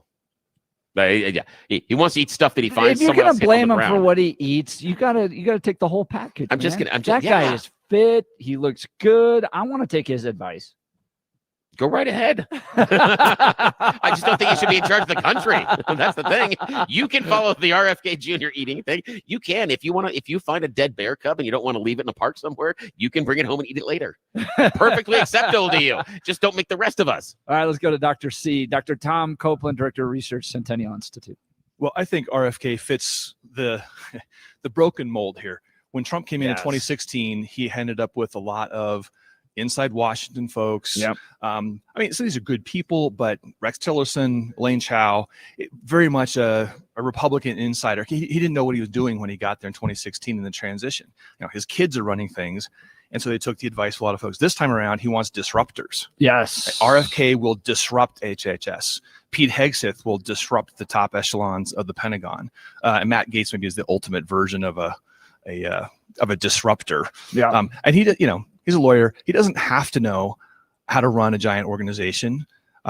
Trump wants him to go in and wreck things so they can rebuild. Well, and here's something important. So I was at a conference of conservatives, and we all kind of grew up together in DC, and we've been meeting together regularly for a while. And health was like one of the biggest conversations. Now, maybe this wasn't, it definitely wasn't 20 years ago. And maybe that's because we're now all in our 40s and all of a sudden health becomes something you need to talk about. Or this has now become a major thing in the conservative movement, that what we're putting into our bodies, what we're feeding our kids is crap.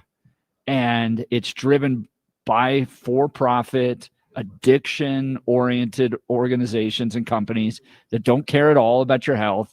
And we've got to very seriously make America healthy again.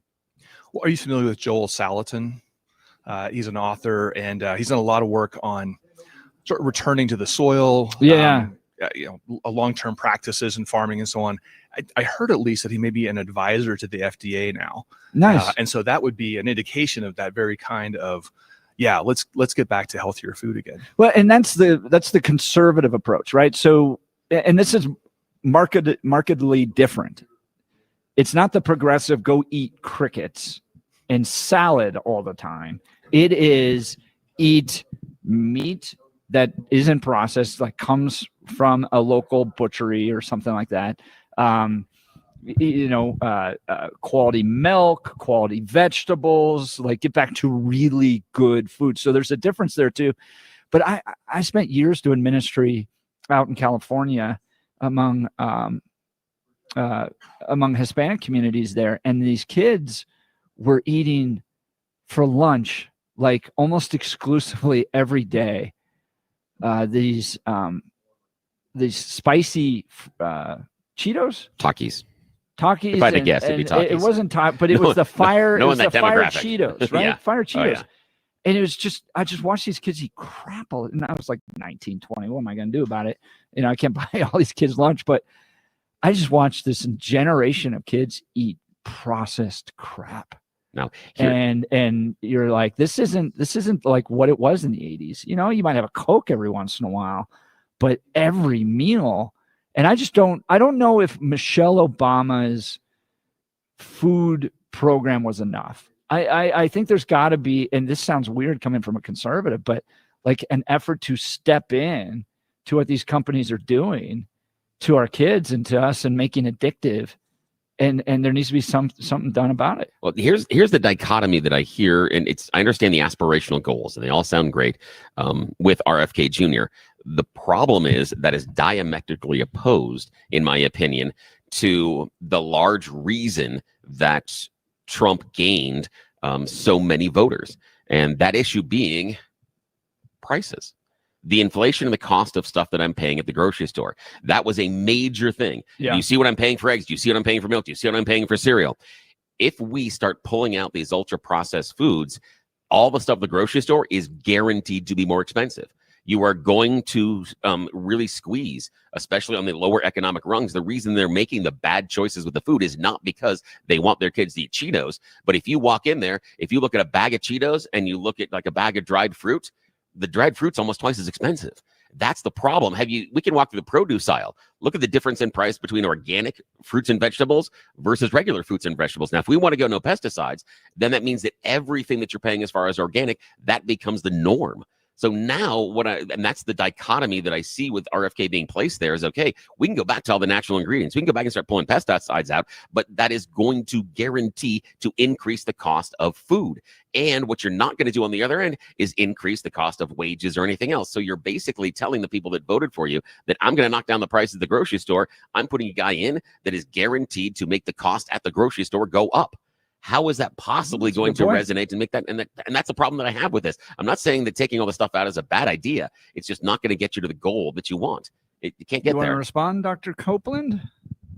Well, Billy, I think you're right to point out that there are trade-offs in every set of policy decisions, and it's the unintended consequences that so often get ignored. I think you see that all the time just locally here in Colorado, right? The legislature passes something. You're like, do you have any idea what the effect of this is going to be? Yeah. January 1st, all your eggs are cage-free. So enjoy that. Now, I do think that it is still possible to. I'm not totally convinced that the prices will have to go up on everything. I think if we return to other more sustainable agricultural practices, the cost might go down. And, in some ways, fighting big ag, Monsanto and the others, they create a lot of problems for us. And if we're able to, I think there are ways to bring down the normal price of food for a lot of folks. But you're right. I think it's also this time around, 96% of people in the exit polls said economics and inflation were one of the very top issues. So I think you're absolutely right about pricing. Well, 8875 with the tweet and text that wins it this morning as to why Jared Polis has supported Robert F. Kennedy, because Polis wants to see RFK shirtless. That's why I said that is the winning text message. That is a winning text message. That is. All right, we'll continue. You're listening to the Jeff and Bill Show. We are Denver's talk leader, News Talk 710 KNUS. 710 traffic. Coming out west, eastbound 70 reopened at Floyd Hill. That was temporary. That was due to sunshine glare. The highways in the metro area look great. Definitely a little heavier. There's no highway crashes or any kind of big problems. Westbound 76 crowded there, trying to get down to 74th Avenue. 270, dip in speeds down to the teens, 20s. Driving I-25 and out of downtown, a little crowded. Northbound I-25 backing up on the ramp to eastbound 70. No trouble continuing out to the airport, and good speeds on Penny Boulevard. I'm Susan Phelan. This report is sponsored by Progressive Insurance. Your small business keeps you on the go. Progressive Commercial Insurance keeps your policy within reach with their easy-to-use mobile app. Learn more at progressivecommercial.com. Tech Report. Apple released Final Cut Pro 11 on Thursday. The iPhone maker says the latest version of the video editing software comes with intelligent new features, time-saving tools, and new creative options. The company says users can now edit spatial video and use artificial intelligence to speed up workflow. Elon Musk says he'll receive no compensation for his work heading the new Department of Government Efficiency under President-elect Trump. The tech billionaire wrote on his social platform X that it's going to require tedious work, and he expects to make lots of enemies. He'll be working with former Republican presidential candidate Vivek Ramaswamy to lead DOGE. This comes after the group posted on X looking for potential employees. And satirical newspaper The Onion is acquiring Alex Jones' InfoWars. The Onion won an auction for Jones' free speech systems in bankruptcy court on Wednesday. The Onion reportedly plans to shut down InfoWars and recreate the website to feature humor writers and content creators. Tech Report, I'm Mark Mayfield. On Thursday's Jeff and Bill Show, the appointment of Matt Gaetz to Attorney General is driving the left and some Republicans crazy. Is he the best to take on the corruption in our government? Plus, we talk about what the left is planning to do to take away your guns in Colorado. How many guns is too many guns? If you missed the show, check out the podcast. Tomorrow, we're broadcasting live from Colorado Christian University. Former Vice President Mike Pence is in town. Jeff and Bill, weekday mornings from 6 to 10 on News Talk 710. KNUS. Hi, it's Peter Boyles here from my friend David Ellis in Cherry Creek. Now is the time to get a professional appraisal for all those past family valuables that you've tucked away at home. You could be sitting on a fortune in cash, and David Ellis Jewelers pays top dollar for your diamonds, your gold, sterling silver, wedding bands, and Rolex watches. You get instant cash on the spot. David offers confidential evaluations on precious metals, coins, silver sets, estate sale jewelry, and other antique items. David Ellis Jewelers been buying precious metals and antiques in Colorado for decades. He's the one I trust. No obligation, free appraisal, private and confidential. See for yourself the expansive showroom, David Ellis Jewelers, and tell them Peter Boyle sent you. And look for the black awning on the corner, 3rd and Clayton and Cherry Creek. Explore online, DavidEllisJewelry.com. Call my friend David Ellis, 303-322-8779. You'll be glad you did. Wow, Leslie, your fireplace really sucks. I beg your pardon? Well, what I mean is your fireplace is literally sucking all the air out of your house and right up the chimney every time you burn it. Well, what can I do about it? Well, you could get a high-efficiency gas insert from Cozy Heat. It keeps all the air you already pay the utility company to heat, and it returns up to 80% of the fire's heat back into your house. I'd use my fireplace every chance I get if I could do that. Maybe my furnace wouldn't need to run so much. Well, that's the whole point. Hi, this is Keith Lair with Lair Fireplace and Patio, along with my niece Leslie, to tell you how a gas insert from Cozy Heat will give you the incentive to use your fireplace again. Cozy Heat gas fireplaces and inserts are made to crank out the heat with beauty and style. Lair's is Denver's oldest, most trusted name in fireplaces. Family owned and operated since 1954. We'll even give you a free in-home quote, including expert installation by our own certified in-house installers. Find us on the web at lairfireplacepatio.com. For top quality Cozy Heat fireplaces and inserts, it's Lair Fireplace and Patio, Denver's fireplace experts. 1 in 4 Americans have a disability. I'm one of them. I'm also a working mom who cares deeply about making sure every child with a disability thrives by getting their access needs met. We've got a trusted ally by our side. Easter Seals provides children and families the foundation for lifelong success through early learning programs, skills training, and prep for college and career. That's my Easter Seals. Make it yours. Join us at easterseals.com. I didn't ask to be thrown in the streets with nowhere to go, but I did ask for help, and Covenant House was there for me. 1 in 10 young adults will experience a form of homelessness this year. For these kids who didn't ask to be put in this unthinkable situation, Covenant House is there, providing hot meals, a safe place to sleep, medical care, and love. They just really genuinely just wanted to help me succeed, and I'm succeeding. To learn more, go to safeplacetosleep.org today. Quick question. Did you know that the conservative news and talk content that you're currently enjoying on this station and online is supported by advertisers? Here's another one for you. And this one is for our business audience. Are you aware that our loyal listeners eagerly engage with our advertisers because they know that these advertisers share their values and care about our programming as much as they do? Listeners, tell your favorite businesses about us. And business owners, contact us today to create and implement strategies that drive people to connect and engage with you, helping you grow and experience the value of long-term loyal customers.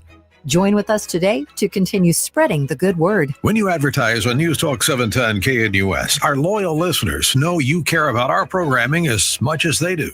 To reach our audience with your business's message, call us at 303-481-3758 or click on How to Advertise at 710knus.com. Hi, this is Mark Levin. Join me weeknights from 8 to 11 on News Talk 710 KNUS.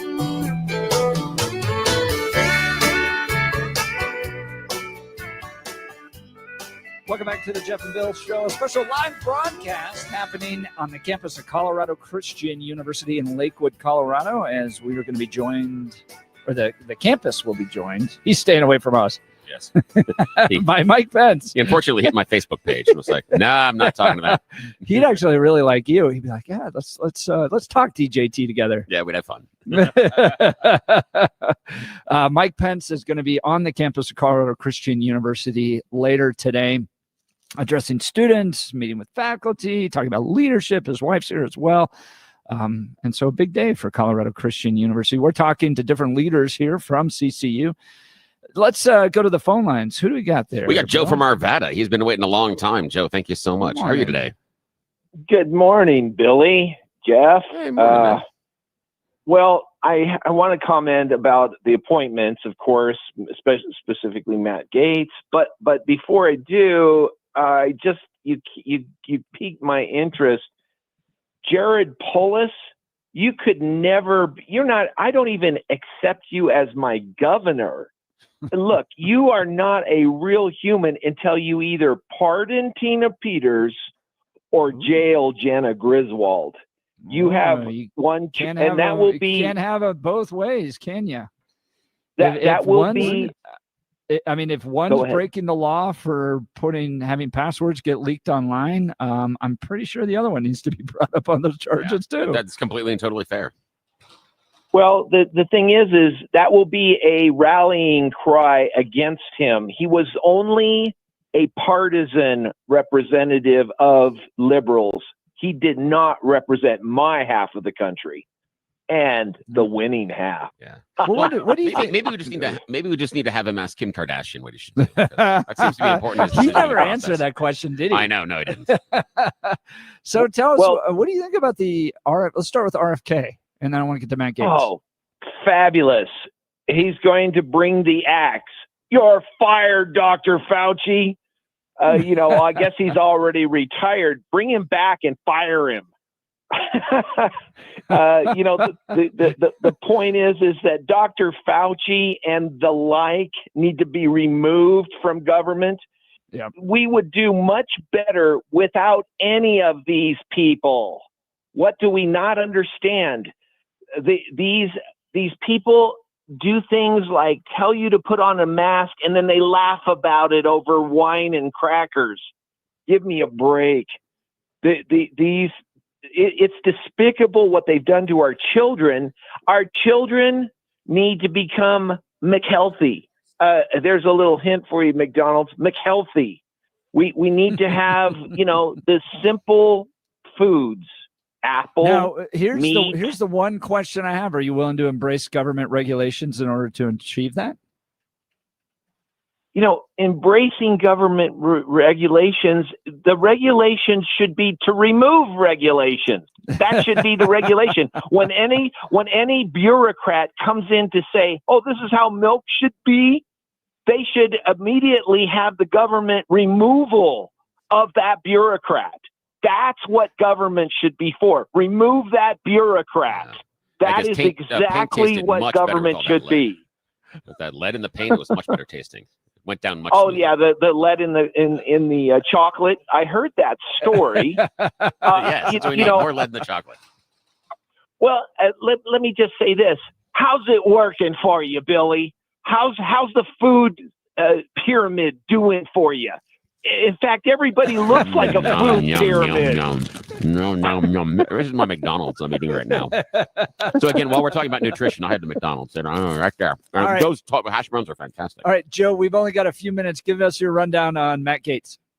Well, Matt Gaetz, I believe, this is where Donald Trump is playing chess and the rest of us are playing checkers. I think Matt Gaetz is a head fake. And what it is he's going to let the Senate, the Mitt Romneys, Lisa Murkowski, Collins, they're all going to try to stick their steely knives in Matt Gaetz. And Matt Gaetz is going to expose them for the uniparty that they are. And then when they deny him by, the 5 uniparty or the 8 uniparty members that go ahead and line up with the Democrats, then what's going to happen is that Donald Trump is going to come in and put, Ken Paxton in to clean house in the DOJ. And then, I just burped a little. Wait a second, Matt Gaetz is going to be installed as the senator from Florida. Bingo. Checkmate. Do you think that'll kick off all those investigations again, though? Because he was able. So DOJ did not bring charges. House was about to release theirs, and then he got out. If he goes into the Senate, because I'm trying to figure out what Gaetz does next too. If he's not approved or confirmed. Well, here's a major ethics violation. When you take a House ethics report that doesn't end in anything, and then you slip it into the public without any, authority whatsoever. Yeah, right. Well, that's just all that is using the wheels of government. It's exactly what we've been saying all along. Government is there to just attack people.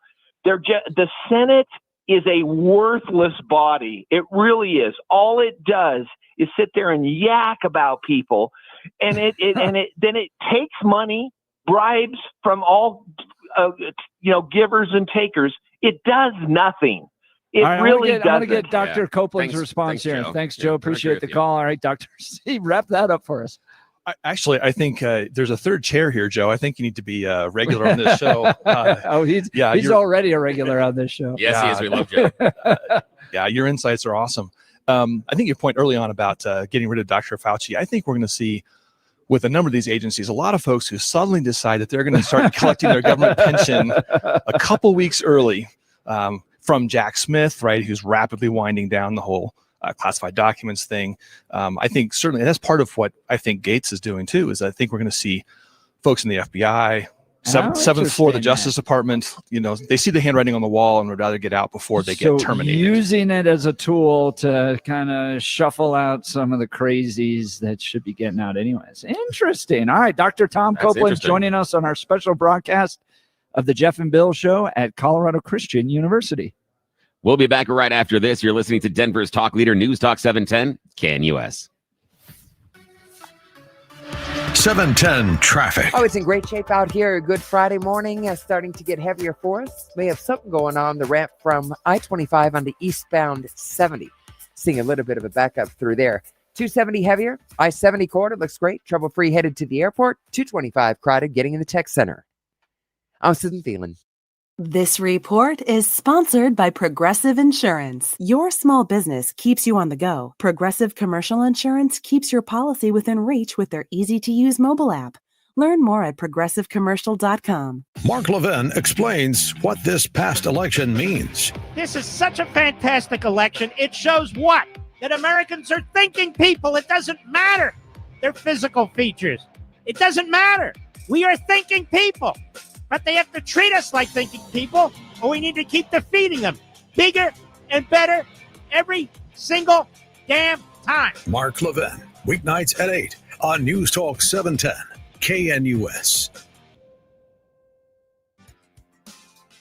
The story of MyPillow is a testament to faith and transformation. Mike Lindell, once battling addiction, found a new path when he embraced faith and began following Jesus. In gratitude, Mike is excited to share an exclusive offer with our listeners. Right now, the standard MyPillow is available for just $14.88. There's a limit of 10 per customer, so don't wait to take advantage of this amazing deal now with promo code SNOOZE. Mike believes God gave him the idea for MyPillow in a dream, and it's designed with your comfort in mind. The pillow holds its shape and adapts perfectly to your unique sleep position, helping keep your neck aligned for the best night's sleep. And there's more. Take home a 4-piece kitchen set for only $25. Enjoy their new mattress topper starting at just $99.99. Or pick up the luxurious MyPillow bed sheets starting at $49.98. Visit MyPillow.com or call 800-848-6979 and use the promo code SNOOZE to unlock huge discounts. Go to MyPillow.com and click on the radio listener square and use the promo code SNOOZE. You'll also get deep discounts on all MyPillow products, or call 800-848-6979 and use the promo code SNOOZE. If you're living with dry age-related macular degeneration or dry AMD, you may be at risk for developing geographic atrophy or GA. GA can be unpredictable and progress rapidly, leading to irreversible vision loss. Now there's something you can do to slow it down, get it going slower. Izervay is proven to slow GA progression. Izervay gets GA going slower. Izervay or avacincaptad pagel is a prescription eye injection used to treat GA. Don't take it if you have an infection or active swelling in or around your eye. Izervay can cause eye infection, retinal detachment, or increased risk of wet AMD. Izervay may temporarily increase eye pressure. Your vision may be impaired after an eye injection or exam. Don't delay. Ask your doctor about Izervay today. Izervay gets GA going slower. Visit Izervay.com. That's IZERVAY.com. At Colorado Christian University, education goes beyond the classroom. CCU cultivates not just minds, but hearts, developing Christian character and spirituality in every student. Graduates leave with a strong Christian commitment and a deep sense of biblical justice, ready to lead with compassion and integrity in today's communities and workplaces. Discover how CCU can help you grow in both faith and knowledge. Apply today at ccu.edu/apply. That's ccu.edu/apply. Second opinions. You get them with your health. So why not with your wealth? Your stock market investments deserve a second opinion. At Henyon & Walsh, it only takes a second to schedule your free second opinion. Go online and search for Henyon & Walsh, the second opinion people. Investing involves risk, including the possible loss of principal. Advisory services provided by Henyon & Walsh Asset Management. Securities offered by Henyon & Walsh Inc. Member FINRA SIPC. Looking for top-notch tactical gear? Visit Just the Tip Tactical for a wide selection of premium muzzle brakes. Just the Tip Tactical's muzzle brakes are what you need to elevate your shooting experience. Explore their carefully curated collection designed for safety and precision, perfect for beginners and seasoned pros alike. Ready to gear up? Head to justthetiptactical.com to shop now and find your perfect fit. Just the Tip Tactical, where quality meets readiness. Visit them today at justthetiptactical.com. Have you ever heard of life insurance with living benefits? It's not your grandfather's kind of life insurance. Branch Planning offers life options that are flexible and can help meet your family's needs even if the unexpected occurs, like heart attack, stroke, or cancer. Living benefits provide you and your family the ability to survive financially while you focus on your health. Spend a few minutes with Melanie and Brian at Branch Planning. Let us help you plan so that your family won't have to. Go to branchplanning.com to learn more. That's branchplanning.com. Hi, it's Andy Hoosier. Join me Saturday evenings from 5 to 7 p.m. right here on News Talk 710 KNUS. Welcome back to the Jeff and Bill Show with a special live broadcast on the campus of Colorado Christian University.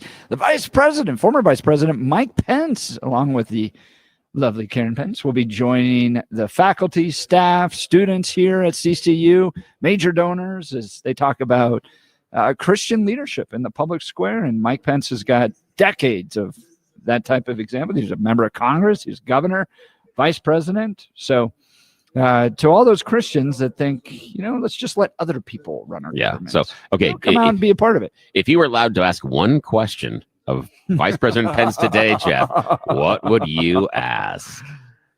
I'd want an internal. Well, so there's different ways you could go. Yeah. You could go the kind of policy route. All right. So social conservatives are not necessarily the most powerful bloc inside the Trump coalition right now. So what does that mean? And how do we restore that? And all that stuff. That's fair. But I would want to know a personal question, right? Really? And the personal question would be, yesterday or Wednesday, the president was in Washington, D.C. at the White House. J.D. Vance is up on Capitol Hill, and you're not. Yes. Yeah. Do you look back on the decisions made on January 6th with any regrets? Do you feel like you made the right decision? Are you willing to stand on that? And right now, you are not in the same place of power that you were 4, 5, 6 years ago. So help me understand how you deal with that. Yeah, I'd go that direction as well. And I would broaden it a little bit. I like where you went, and I like dialing it in. I think that's a better question, because I was thinking along the lines of, okay, the country has tacked towards Donald Trump. Yes. And the message has resonated, but now you're not on the team. What does that kind of feel like? Yeah. What's your reaction to the idea of the Republicans gaining wind at their back, but you're not part of the team that's on the field right now? Yeah. What would your question be, Dr. Copeland, Director of Research, Centennial Institute? He's going to be nice. I'd ask him if he's surprised that the Indiana football team was in the top 20. That's a very smart question. Very diplomatic very question. much Honestly, better than ours. we've only got about a minute, Dr. Copeland.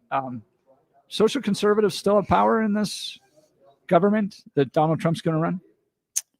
I'm not sure. I'm really not sure. As I look at the nominees, especially at the cabinet level, there are folks who are, there are a lot of good folks who are conservative, but I'm not sure on the social conservative part. Like Jeff on Rick Santorum, lead on the social conservative type of stuff, right? Yeah, but because I was thinking about this, where's Ben Carson? Well, yeah, I was really hoping he would come back as Secretary of HHS, because I think he's got the medical credentials. He's done the job before. He's such a strong believer. I think it would have been great to have him in there. But again, if Trump wants guys to shake things up, Carson probably isn't the one to just shake everything up. Yeah, that's very true. Talking with Dr. Tom Copeland, he's Director of Research at the Centennial Institute. Got some major research things coming out here shortly. You want to talk briefly about that? We got about 20 seconds. Sure. We're working right now on the state of the American family in Colorado, doing some baseline research, trying to understand things like housing, child poverty, how people are connected to their communities and faith and so on. So we're going to give an assessment of where we think Colorado families are right now. Check out the great work of the Centennial Institute at centennial.ccu.edu. You're listening to The Jeff and Bill Show. Denver's talk leader, News Talk 710 KNUS.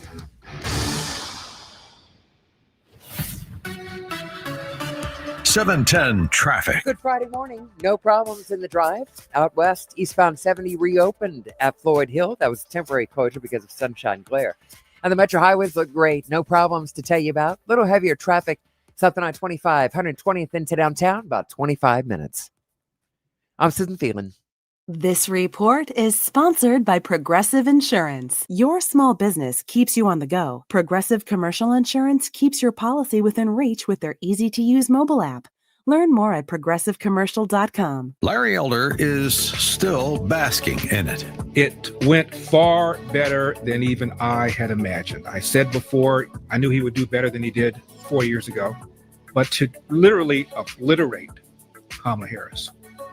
And by the way, Kamala Harris underperformed Joe Biden in every single county in America. The Larry Elder Show. Afternoons at 4 on News Talk 710 KNUS. For many of us, it's happening. Your hair is thinning, your crown's disappearing. Maybe hair loss has you feeling your identity is lost altogether. Well, I've got good news. It's an incredible yet simple one-day treatment that starts growing your own natural hair the very next day. And it's guaranteed to grow for life. It's the Advanced FUE from Advanced Hair. We've all seen the pills and lotions that come with monthly subscriptions. They help retain what you have, but what if what you want is your own natural hair permanently in specific areas? From Advanced Hair's state-of-the-art facilities to world-class Dr. Tanya Paul's, it's not maybe will your hair grow, it's guaranteed that your new hair will grow. You decide how much, how thick, and where. It's why Advanced Hair is the winner of Westward's Best of Denver. For your free consultation, $250 off and 250 free hair grafts, call 720-459-HAIR. That's 720-459-HAIR or advancedhair.com. That's advancedhair.com. Hi, it's Peter Boyles. Look, the end of the year is approaching,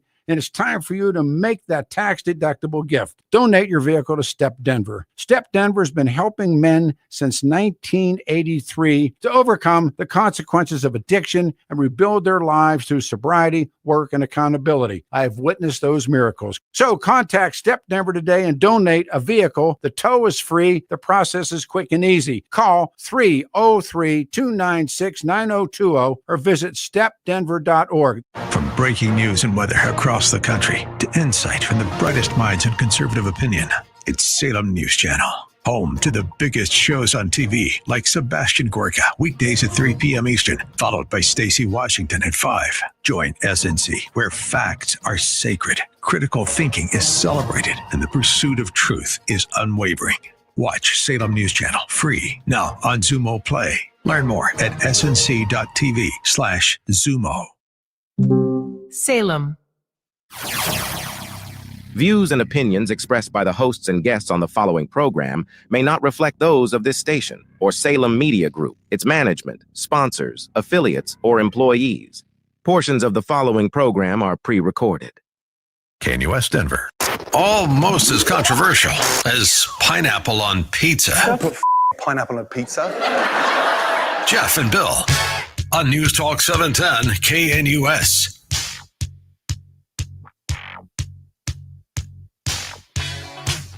8 a.m. in the Mile High City. Good morning, Denver, Colorado. You've tuned into the Jeff and Bill Show, News Talk 710 KNUS. I'm your co-host, Jeff Hunt, along with Bill Thorpe, bringing you the freshest insights and hottest takes from the right, left, and center. Congratulations, you just woke up and are heading to work in the greatest country in history, and we're gearing up for a whole hour of engaging conversations, critical analysis, but most importantly, your calls and texts, because this is where Denver's voice is heard loud and clear. Coming up after news and comment with Blake Olson, we're going to talk with Dr. Greg Schaller about the future of the Centennial Institute and the since he plans to take it. This is a special broadcast we're doing on the campus of Colorado Christian University. Mike and Karen Pence here live in person, meeting with students, meeting with faculty, meeting with the general public, all talking about the role of Christian leadership in the public square. Yeah. And you can watch it online. If you go to ccu.edu/events, you can watch it online there. But and evidently, all the stuff that I did here at the university while I was going here have disappeared. Yeah, right. My permanent file, so let me back on campus, which is fantastic because that was not allowed for a while. There was some posters around campus. Do not let him back on here. If you gave people, 100 people, the question, who went to Colorado Christian University? Jeff Hunt, the conservative, Bill Thorpe, the independent. Yep. It's me. It would have. Yep, it was Bill. And you played soccer here too. Yeah, played soccer. I came here on a soccer scholarship. Played here for a couple of years, and also probably would not surprise everybody that listens to our show on a regular basis. I got kicked out of class a couple of times here too. Well, now he's sitting next to a professor, so we'll get into some of that conversation. Absolutely. Dr. Greg Schaller coming up in a second, but first, news and comment with Blake Olson. Good morning, Blake. Hey, good morning. Hey, Bill, you were like Yeah. Jim McMahon at BYU back in the day. Yes, in some ways, yes, sir. Jeff, You are Jeff right. may not remember that, but yeah, he was definitely the rebel on campus, just like Billy at CCU. Yeah, maybe not the full fit, the full embrace of all the values of the university that he was attending. Yeah, you weren't in the pamphlets on the No. in the photos. No, you weren't. Yeah, although the thing was, I was telling one of my kids yesterday that I still remember the day that I turned into the parking lot, and it's the very first time I'd seen the tour bus, and it said Jews for Jesus. I'm like, wait, am I still drunk from last night? I thought I'd sobered up. Like, hang on. Yeah. Although that day, if Jews for Jesus would have had a T-shirt, I would have bought the T-shirt just because. That's funny. How many buildings were on the campus when you were there? Like I mean, two. yeah, that's what I was Yeah, going to say. and a lot of them were mods. Yeah, there were mods and building trailers. where we're sitting right now in the brand new Armstrong Center. There's a little bit of a house right behind us, and I told them driving in here, there's a small parking lot behind there, and you used to be able to park back there, and that was the place to avoid all the crap student parking that they didn't have on campus. So it was like this hidden place that you could get like eight parking spaces back there. And so when I'm driving in, I'm like, I know this. I know where to park. You know, it's been 20 plus years. Yeah, parking still big issue here. Oh no, Yeah, that's awful. That's tough. That's tough. Not a lot of land back there. Definitely. No, they need to extend it west, right? Just a little bit. Yeah, they can go. That's can. right. They own that property over there. I think they're going to develop some athletic fields over on the west side there. So it's a growing Awesome. campus. Oh, that's great. All right. Well, you guys have a great morning there. 27 and partly cloudy in Denver, expecting a high of 57 today. The 7-10 5-day forecast coming up. Our top story. And I'll just say this, and I mean it. When George Washington defended his country, he had no idea that he was going to change the world. Because without him, you can imagine what the world would look like. Guess what? We got the second George Washington. Congratulations. All right. Sylvester Stallone, Rocky, happy about the election. A knockout. Governor Polis took to X to share his excitement for RFK Jr.'s appointment as Health and Human Services Secretary. Polis, who's been a critic of Kennedy's long-held vaccination skepticism, said that he's optimistic that RFK will shake up the HHS and FDA. Oh, he's going to do that, and hopes that he'll lean toward personal choice on vaccine requirements. Meanwhile, RFK Jr. continues to expose Dr. Anthony Fauci. You know, he's been there for 50 years. So he's like J. Edgar Hoover. And the only way that you last in that agency for 50 years is by carrying water for the pharmaceutical industry. And under his watch, he's supposed to prevent autoimmune and allergic diseases. Under his watch, chronic disease has gone from affecting 12% of the American population to 54%. We take more pharmaceutical drugs than anybody in the world. We pay the highest prices. So he's made this country pharmaceutical. On with Theo Vaughn. Listener Joe, what say you? Joe, I love Joe, man. He's one of our greatest. Fire Dr. Fauci. You know, I guess he's already retired. Bring him back and fire him. You know, the point is that Dr. Fauci and the like need to be removed from government. Yeah, we would do much better without any of these people. Good job, Joe. DJT said Kennedy will restore health agencies to the traditions of gold standard scientific research and beacons of transparency.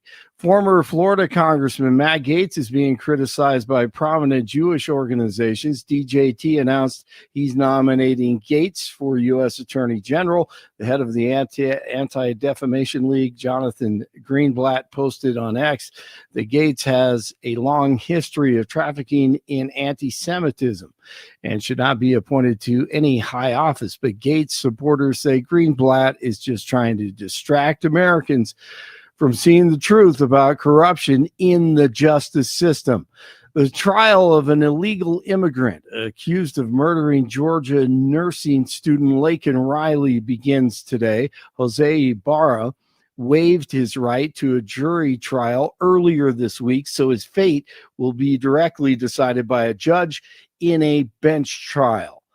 The National Hurricane Center is warning residents on Florida's Gulf Coast once again to watch out and watch the forecast as tropical storm Sarah could hit the U.S. next week. Sarah is forecast to bring life-threatening conditions to Central America as it heads toward Belize and Mexico.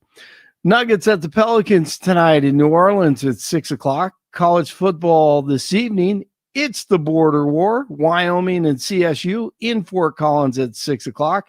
Tomorrow morning at 10 in Boulder, Utah, at number 18, CU. And the Buffaloes try to continue winning. And UNC plays host to Northern Arizona, trying to get their second win of the season. And I have to tell you guys this story. Finally, Otto Pacheco, he's a 3-year-old. He sits behind us in church, one of the cutest little guys you'll ever see. He is a football freak. I mean, he just loves football. So I tell his dad and Otto last week, hey, you know what? I'm going to take you to practice at UNC. I think Otto will like it. He'll have a good time. He'll love it. So I let head coach Ed Lamb know that Steve and Otto will be next to me at practice, just so he knows, and they'll be at practice. And Otto wears his helmet to practice, and coach comes over to me, and Coach Lamb, a great dude, just amazing coach, says, hey, I'm going to bring Otto in. I'm going to let him carry the ball. So he brings little Otto, and the entire team into a huddle, and it was so cool. And they give him the ball, and it was amazing. He's at the 20. He's at the 15. Gets to the 5-yard line, and he scores his first touchdown. Otto Pacheco. And here's Steve. Oh, congratulations, Otto. That is fantastic. And how cool. And again, we always talk about UNC because of your connection there. And this shows how much of a unique program it is. Yep. Because of, a coach that would do something like that to find out that a kid that is a huge fan. That is a very, very special program. No, I am a little disappointed, though. Yeah, what? Yeah. I didn't hear a scream. Oh, you know what? They were screaming. They were screaming. If you go to my sports X at Blake Olson 1, you can see them screaming. They're all screaming. But you know which scream I'm talking about. Oh yeah, and I'm trying to find it right now. Oh, let me play Steve, his dad, and Otto right after the touchdown. Oh, absolutely. It's pretty cool. First touchdown. It's like a football. You like football? That's cool. His smile is special. Priceless. So it was really cool. And that's a memory for he and his dad. And that's something that Otto is going to take with him the rest of his life. And if he does get the chance to play both high school and in college, that's something that's going to carry with him. He's going to remember this moment that you made happen for him and the coach made happen for him. And it's going to give him that kind of joy later on in life. That is special. Oh, I agree. And coach didn't have to do that, but I was kind of shocked. He came up and goes, hey man, I'm gonna take him, I'm gonna bring him out there and hand him the ball. And he's got 300 pounders all around him, and they're jogging, and it's so loud. I mean, just the fact that he wasn't frightened by the whole thing.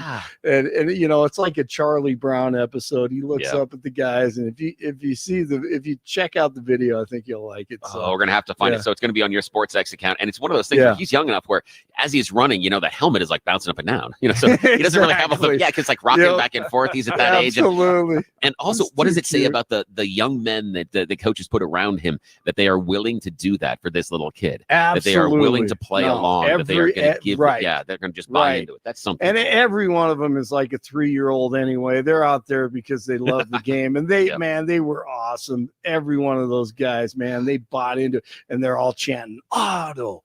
Oh my God! Oh, he was so cool. So I call him Otto. Amazing. I call him Otto Graham. Dude, you should. That's how old I am. I know who Otto Graham is. You both, my friend. Thanks for sharing the story. That is awesome. Bet. 26 in Arvada, 29 in Highlands Ranch, 30 in Denver. Jeff and Billy continue TGIF. Blake Olson, News Talk 710 KNUS. Denver weather. Your 710 5-day forecast. We're going to have mostly sunny skies on this Friday. Denver and the Front Range will enjoy temperatures in the middle and upper 50s with fair weather and clear skies tonight. heading into the weekend. Lows lower 30s. For that weekend, then, we're keeping it dry, little brisk. Sunny skies. Highs will be in the low to mid 50s with lows upper 20s, low 50s Monday, then cooling to the 40s Tuesday. Weather brought to you by Colorado's Best Roofing, reminding you to protect your home from the harsh Colorado weather. Schedule your free, no obligation roof inspection at roofingcolorado.com. Meteorologist Don Watzel in the 710 KNUS Weather Center. RockyMountainBargains.com, where you'll always pay half price. Why pay retail when you can get what you want at 50% off? Just go to RockyMountainBargains.com and save. Here's this week's featured item. $50 gift cards from the Butchery Restaurant in Arvada. Get them now for half price. Get it now at RockyMountainBargains.com for 50% off. RockyMountainBargains.com, where you always pay half price. Restrictions apply. Go to RockyMountainBargains.com for complete details. Joining us live on the show is Greg Schaller, the new director of the Centennial Institute at Colorado Christian University. Greg, welcome. Thank you, Jeff. Great to be with you. So let's talk your background. Help introduce yourself to people. You were here for a while, and then for the last few years, you've been running a program called the John Jay Institute. Tell us about that.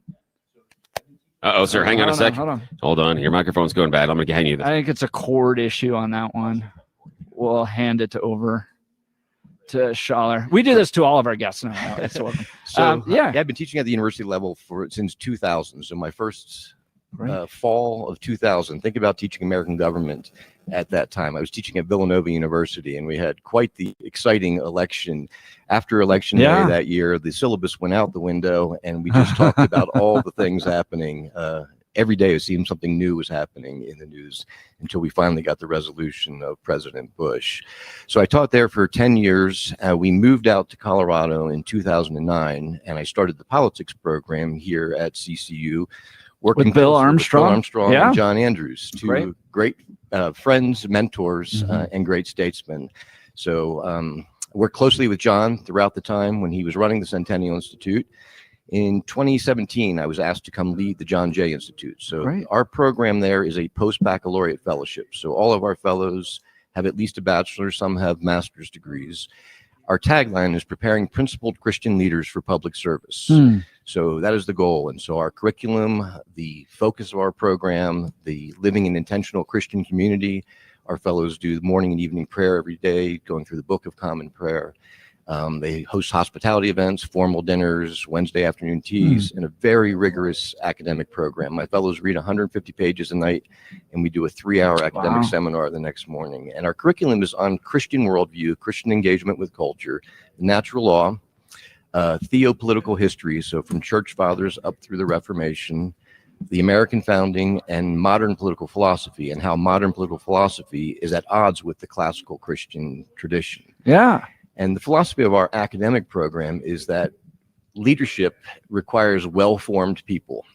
And we believe that our holistic program of living together in Christian community, of corporate prayer together, of rigorous academics, of hospitality events, is a key component in forming young men and women.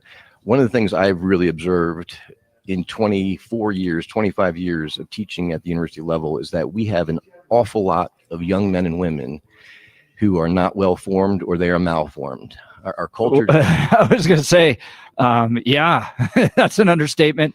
I mean, and I'll ask you this: it seems like our politics is almost purely utilitarian in the sense that well-formed people was not part of any of the conversation in this last election. We brought up this at one point. Kamala Harris's dad lives less than 2 miles away from her, was never, ever on the stage talked about. I mean, her relationships, her formation, and you could say the same thing about Donald Trump. Character issues were not front and center. Do you think the American people care about that? I'm increasingly wondering. Brad Littlejohn, I'm not sure if you're familiar with him. He's with the Ethics and Public Policy Center in Washington, D.C. He founded the Davitt Institute. He's been writing extensively on some of the pillars of conservatism. Yeah. And one of those is being rooted. That's something that has been hugely important. And if you look at most people today, they're not rooted. And Russell Kirk in Roots of the American Order describes rootedness as people who are deeply dependent upon you and people you are deeply dependent upon. And so many of our relationships are very transactional. Right.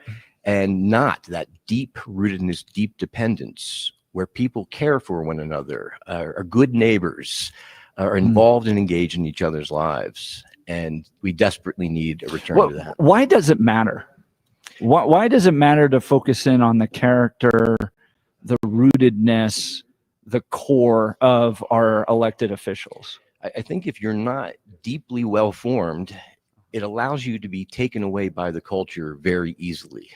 Yeah. And I think we see this. We see this with self-identified Christians and their attitudes on certain cultural, social issues, how quickly they drop. We see really dramatic changes in public opinion concerning the marriage, biblical marriage, and sanctity of life. And I think it's because they're not well-formed. So they don't understand. They're not deeply connected to a Christian anthropology and a worldview that understands God's created order, and we are to comply and conform ourselves to God's created order. So they fall quickly into a love is love. Yeah, well, now you're starting to sound like a Christian nationalist. Greg Schaller, director of Centennial Institute. I mean, that's one of the complaints that you get about bringing your faith into the public square. Right. We have a strict separation, sir, of religion and government. How dare you force your religion upon us? Well, that claim is certainly an ignorance of the mind of the American founding. A good friend of mine, Mark David Hall, has written extensively on this. Did America Have a Christian Founding? Is one of his books. And our founders were not neutral towards the importance of Christianity, the importance of religion. They didn't want to have a favored official national church, but they didn't think that the state should be neutral towards religion. They knew that religion, that Christianity, religiosity, was hugely important in forming the character of the citizenry. And absent that well-formed citizenry, our republic was in danger. Mm-hmm.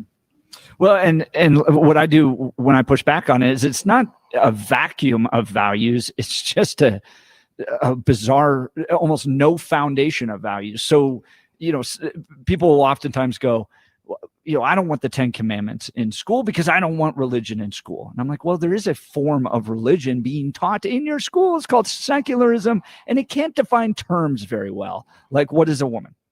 No. Right. and so you end up just kind of drifting without a clear sense of where we're going, what it means to be a good person, educating people to be competent. And so, yes, you may not have Christianity in a classroom, but you have some form of religion in classroom. I think that's one of the lies of progressivism. If you remember back to the confirmation hearings of Amy Coney Barrett and Dianne Feinstein, Senator Feinstein talks about how the dogma is strong in her, as if her position was neutral. Right. She was equally, if not more, dogmatic. Yes. And so that's the nature of the lie when people say that secularism is a neutral approach, a neutral worldview. Yeah. It's the opposite of a neutral worldview. Talking with Greg Schaller, he's the director of the Centennial Institute. He's going to begin his leadership this January of a storied institution that included leadership from both John Andrews and myself over the last, 15 plus years now, I think, right? I think we started in 2009. I was thinking about it. It's the 15th anniversary last year. 15 years. So we're going to get a sense of where he plans to take the Centennial Institute. You're listening to The Jeff and Bill Show. We are Denver's talk leader, News Talk 710 KNUS. 710 traffic. Quiet drive for our Friday morning. We're in great shape out here. There's some slowdowns, but no highway crashes, no problems. 270 through Commerce City. Speeds dip to the teens, 20s, running busy there. The drive on I-25 through the downtown area from 120th into downtown. Just under 30 minutes for to make the drive. And no trouble on 6th Avenue in from Lakewood. Little slow getting onto I-25. That ramp always backs up. And 225, crowded from Parker Road. As you head on into the Tech Center, it's about 7 minutes. I'm Susan Phelan. This report is sponsored by Progressive Insurance.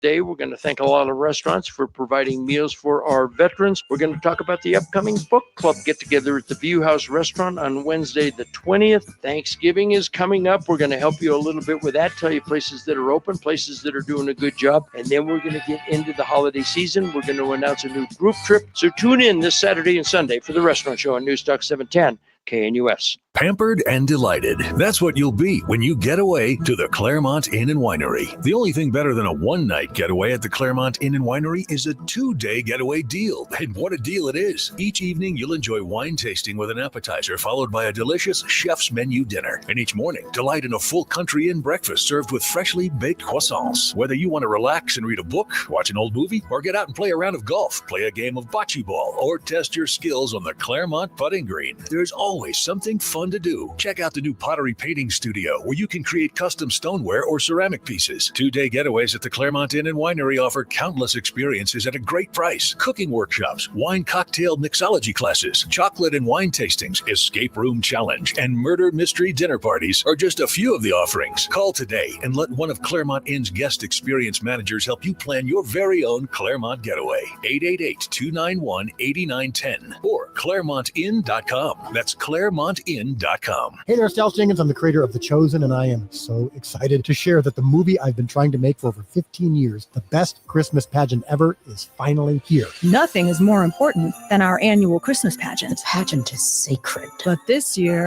The Hermans are absolutely the worst kids in the history of the world. It might be the first Christmas pageant in history where Joseph and the wise men get in a fight. now that's a pageant I'd actually like to see. Based on the classic book, The Best Christmas Pageant Ever is now playing. Enjoy.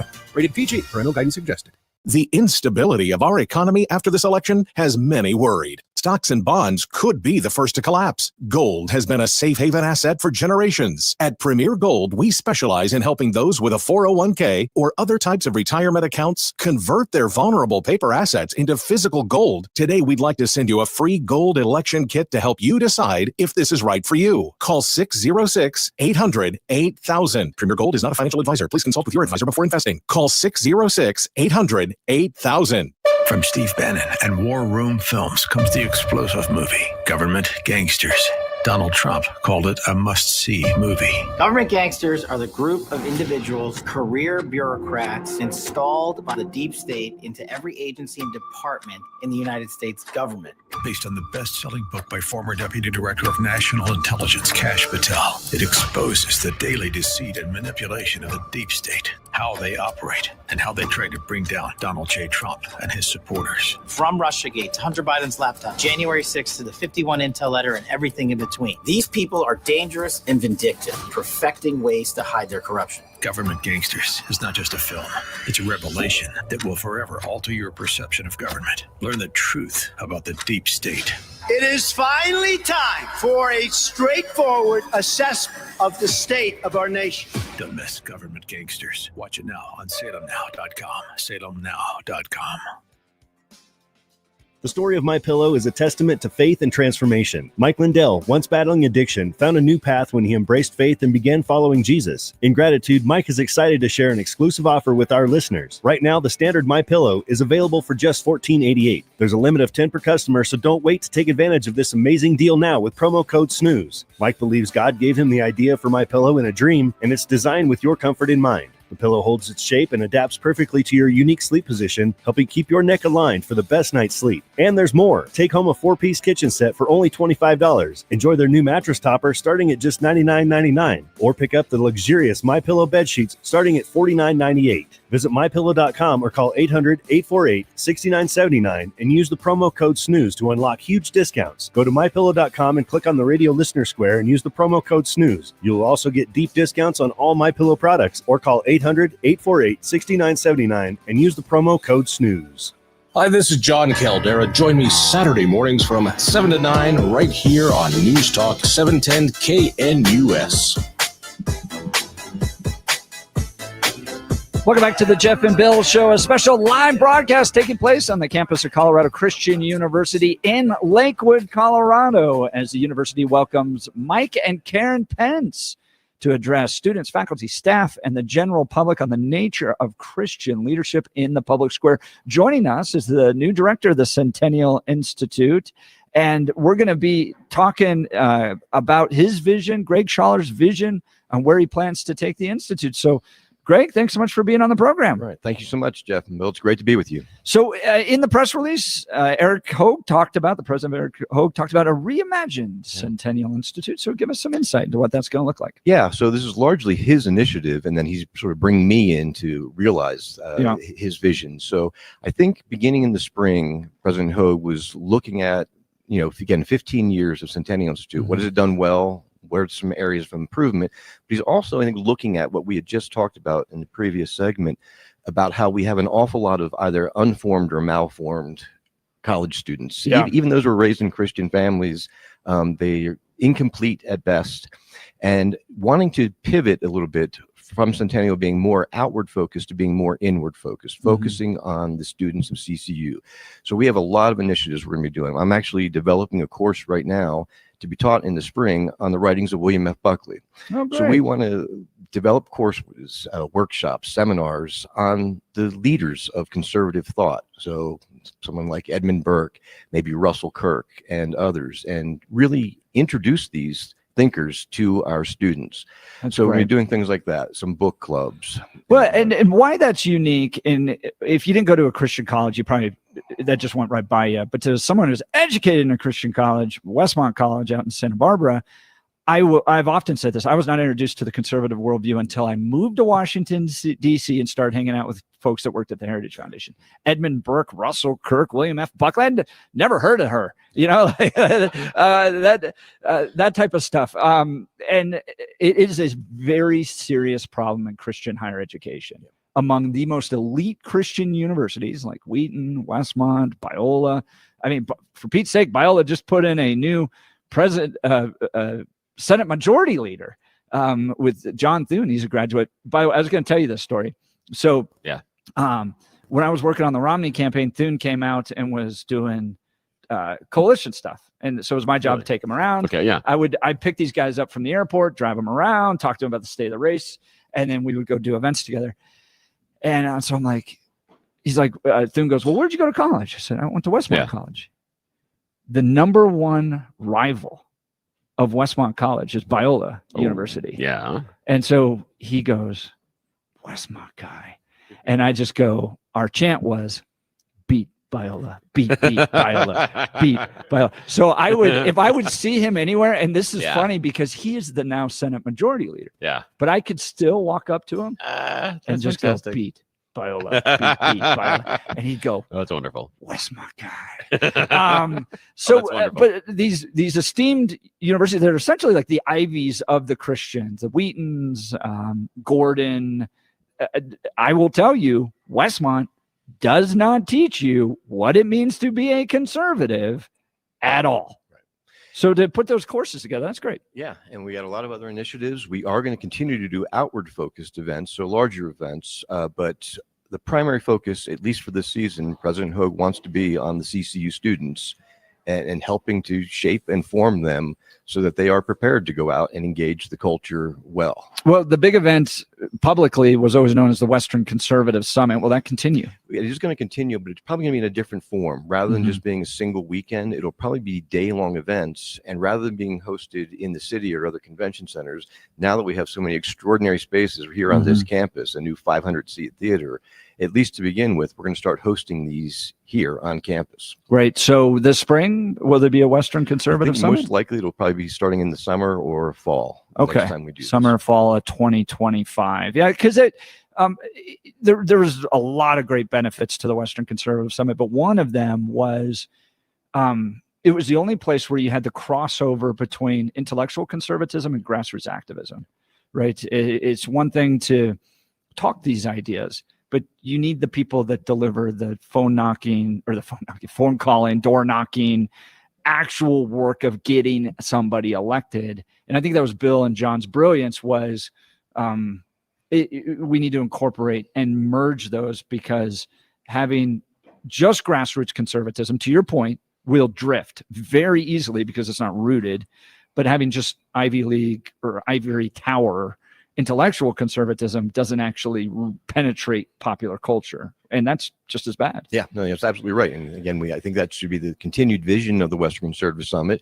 And we have so much space here on this campus to do workshops, to do breakout sessions, and the like. We have so many great classrooms, so we can combine all of those things. Having the great thought leaders of conservatism on campus, talking about the importance of a Christian worldview and engagement with culture, and this close tie between Christian worldview and conservatism, and how that is so important. Right.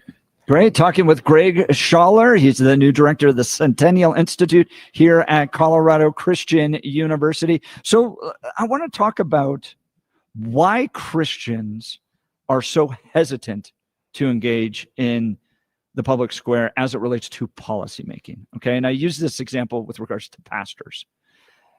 I see pastors all the time, very happy, get on an airplane, fly all the way to Mozambique to do mission work. If you ask them to attend a local city council meeting, for instance, though, petrified of the idea of actually shaping the laws that govern the people that attend their church. So what has happened? A lot of people think of the religious right. Oh no, they're totally engaged. The religious right is totally engaged in politics. Not really. Not if you go talk to most pastors, not if you talk to Christians out there. They actually have a hands-off approach to public policy making. Why do you think that is? Well, there's a long history of this. So just here at CCU, so CCU celebrated its 100th birthday about 10 years or so ago. I was the first politics professor in the history of CCU hired in 2009. And there's a history of that, is that politics is of the earth, politics is of this world. And we need to be focusing on the eternal and the eternal exclusively. And when we get our hands dirty in politics, it's going to tarnish us. So there's a long history of Christians avoiding that. I think it's absolutely wrong, as you are expressing. We need to be engaged with the culture. And again, we need to have well-formed people who understand a biblical worldview so they know what are the policies that are consistent with a biblical worldview. So defense of marriage, defense of the sanctity of life. These are hugely important. Wanting to, have an impact in our local schools in character formation, developing good citizens. These are hugely important things, and it's not something as Christians we have the option of opting out. We have to be engaged, and I think we do ourselves a real disservice by not having our pastors being leaders in these ways. I've met with the president of the seminary in Pennsylvania, and we were having lunch, and he said, "What do we need to be doing?" I said, "You need to be training your pastors so that they can engage the culture well." Unfortunately, he wasn't willing to give up the class time in order to do that. And I know there's important work in training pastors to give sermons, to exegete scripture and the like. This is hugely important things so they can do their job well. But they also need to, I think, be taught what is the policies that are consistent with the Christian worldview, and how can we effectively impact our culture? I'm a graduate of seminary. Got my MDiv from the largest seminary in the world, Fuller. And we didn't talk at all about civic engagement. So you're not training the pastors, bottom line. But this is something also important for the church to recognize. Our country is about to celebrate its 250th birthday. It's going to be great, by the way. I'm so much happier that Donald Trump's in charge of this than Kamala Harris. But let's go back to church history. So the church is about 2,000 years old. This country is about 250 years old. So you're looking at roughly 10% of church history. We've actually had the power to shape who writes our laws. 90% of church history, you were dealt with a king, queen, Caesar, whoever was just forced upon you. And that's where you get 1 Timothy 2:1-4, which is pray for those in positions of leadership, because that's about all you can do, right? You're just kind of stuck with whatever God gave you at that time. So the idea that we get to be a government of the people, by the people, and for the people is such a rare, small moment of the entire breadth of church history. Maybe we should take it a little bit more seriously. Yeah. And one thing, to get the history right, there was not always the position. Go back and look at some of the sermons from the pre-revolutionary, revolutionary, and founding. I mean, Gad Hitchcock was a minister in New England, and he's standing in the pulpit telling them, his congregants, that they have the obligation, the duty, the responsibility to go out and restore the rights that have been taken away from them by the British government. So that's not a neutrality from the pulpit. That's exactly right. Talking with Greg Schaller, he's the new director of the Centennial Institute at Colorado Christian University, host of the great event, the Western Conservative Summit. We're doing a special live broadcast here as Mike and Karen Pence are going to be live on campus addressing students, faculty, staff, and the general public on the nature of Christian public service. We'll continue this conversation. You're listening to The Jeff and Bill Show. Denver's talk leader, News Talk 710, KNUS. 710 traffic. I was in great shape for us. Good Friday morning. There's some minor delays out here. No highway crashes. South on I-25, one of the heavier stretches from 120th as you head on down to Colfax at about 30 minutes. One crash in the drive on Mineral east of Santa Fe. I'm Susan Phelan. This report is sponsored by Progressive Insurance. Your small business keeps you on the go. Progressive Commercial Insurance keeps your policy within reach with their easy-to-use mobile app. Learn more at progressivecommercial.com. With the Wall Street Business Reports, I'm Rich Thomason. Retail sales rose last month at a healthy clip, the latest sign that consumer spending is driving the economy's steady growth. Retail purchases rose 0.4% from September to October. The British economy's rebound from recession slowed sharply in the third quarter, with most sectors stagnating. The Office for National Statistics reports growth during the July to September period was just 0.1%. That was lower than the 0.5 recorded in the previous three-month period, and it was well below market expectations. The European Union's Executive Commission says the EU's economy is heading for only modest growth in the coming months as consumers regain some of the purchasing power they lost to inflation. Growth is forecast to come in next year at 1.3% for the 20 countries using the euro. For the Wall Street Business Report, I'm Rich Thomason. RockyMountainBargains.com, where you'll always pay half price. Why pay retail when you can get what you want at 50% off? Just go to RockyMountainBargains.com and save. Here's this week's featured item. $50 gift cards from the Butchery Restaurant in Arvada. Get them now for half price. Get it now at RockyMountainBargains.com for 50% off. RockyMountainBargains.com, where you always pay half price. Restrictions apply. Go to RockyMountainBargains.com for complete details. If you're a business owner and a listener to this station, you might not realize that the conservative news and talk content that you enjoy is advertiser supported. Our loyal audience loves to do business with the advertisers who make our programming possible. Now, it probably won't surprise you that there are some advertisers who avoid us because they don't like what we do here. And that's okay, because our listeners are eager to support advertisers who support our conservative programming. Join the successful companies who reach customers who care about this programming. Become a part of making a difference in the lives of people who listen and who are passionate about supporting the great family of advertisers who are part of this station. It's truly a perfect match for you and for them. When you advertise on News Talk 710 KNUS, our loyal listeners know you care about our programming as much as they do. To reach our audience with your business's message, call us at 303-481-3758 or click on How to Advertise at 710knus.com.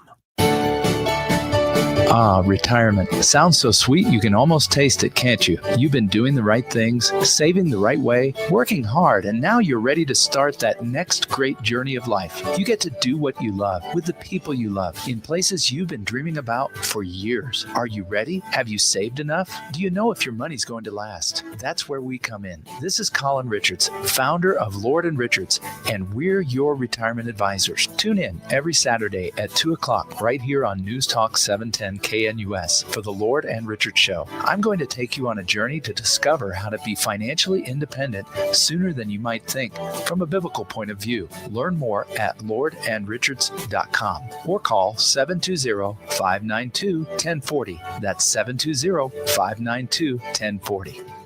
Investment advisory services offered through Lord & Richards Wealth Management, LLC.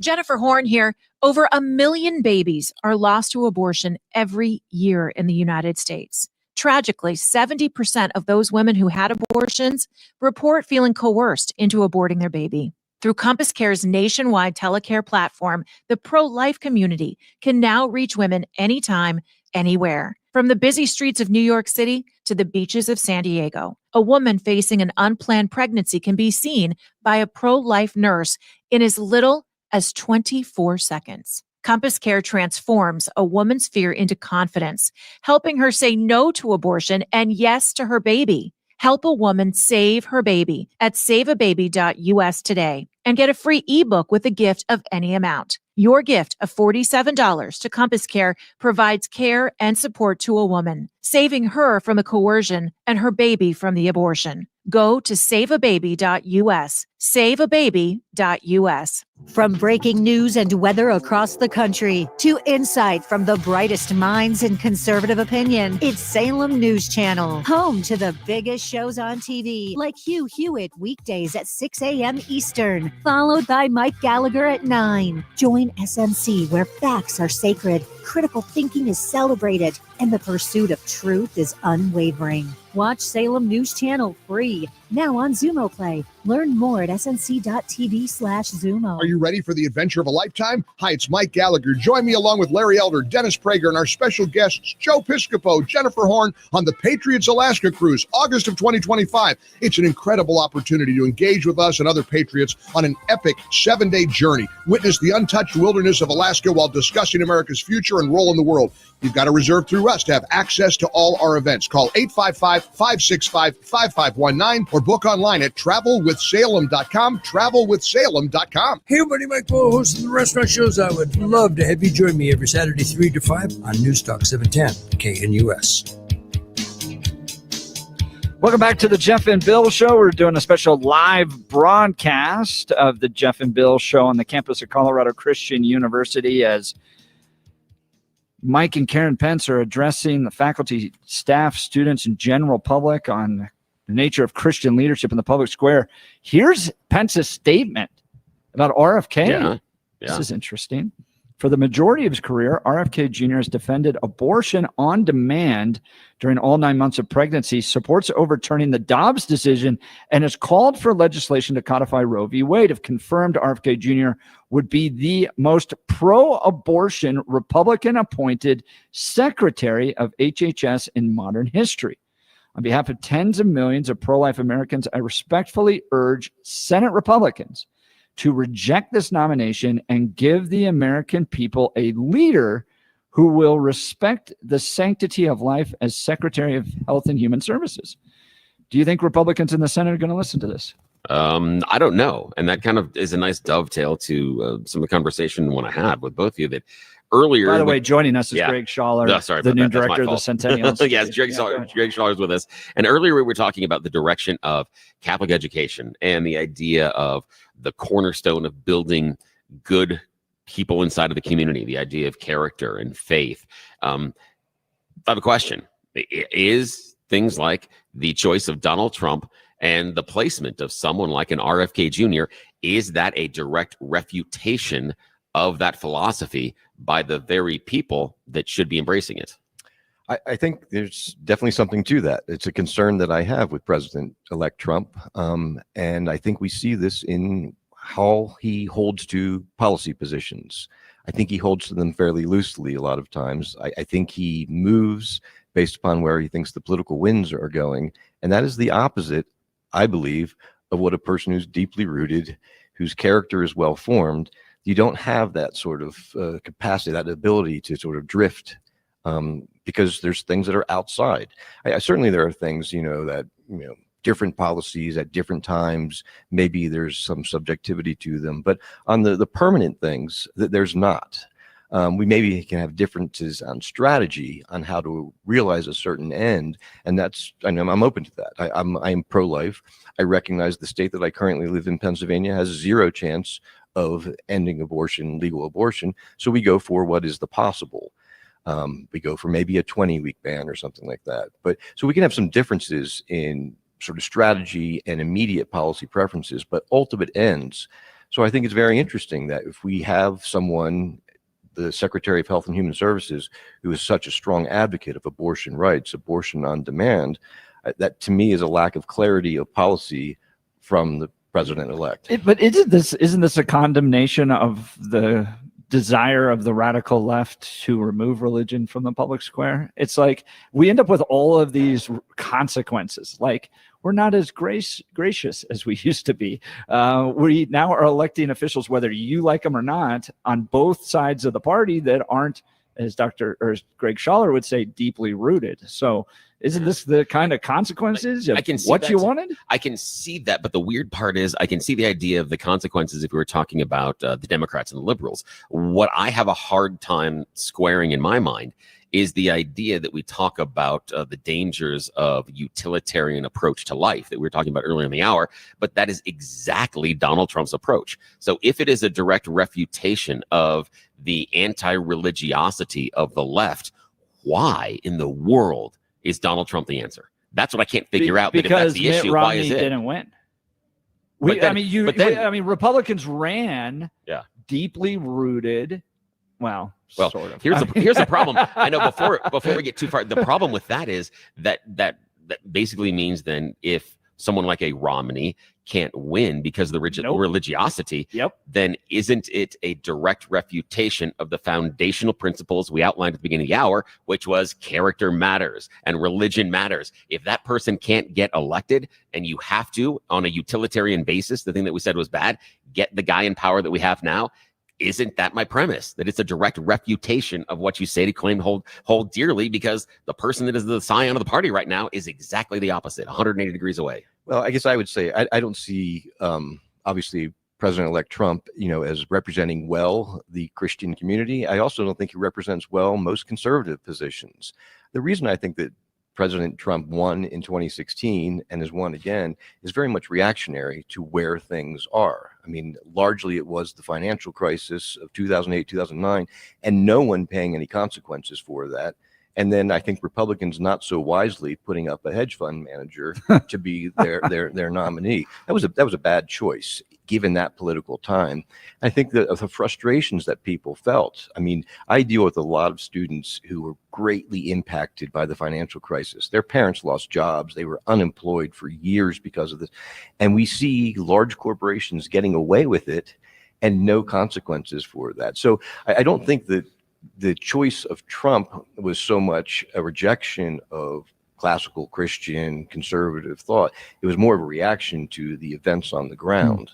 But is it a personal rejection? I appreciate what you said about the financial crisis, and you're exactly right, because if we go back to what happened in the bailouts of the financial crisis, we saw that those financial institutions that were bailed out turned around and gave bonuses at the end of the year to the people that crashed the company in the first place. So again, I just want that job for a year, please, just so I can massively screw up and still get the end of the year bonus. And that's what I'm concerned about, is that I understand the reaction, and I agree with you. I think you're right, Greg Schaller, about the reaction, and that's why we get the reaction right now. But here's what I'm worried about.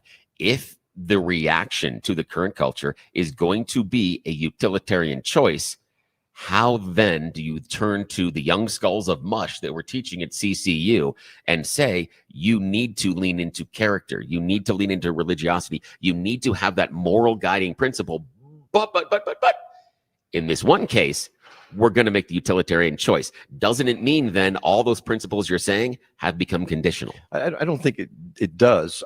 Sometimes elections, unfortunately, are the choosing the lesser of two evils. And I think a lot of conservative Christians chose Trump just on those grounds alone. You're absolutely right. We need models of great Christian statesmen. I think always of Senator Bill Armstrong. I've talked with Bill many times about his life in the United States Senate. He said, so many of my colleagues are gnashing their hands. What do I do? What do I do? Bill knew where he stood. He knew the permanent things.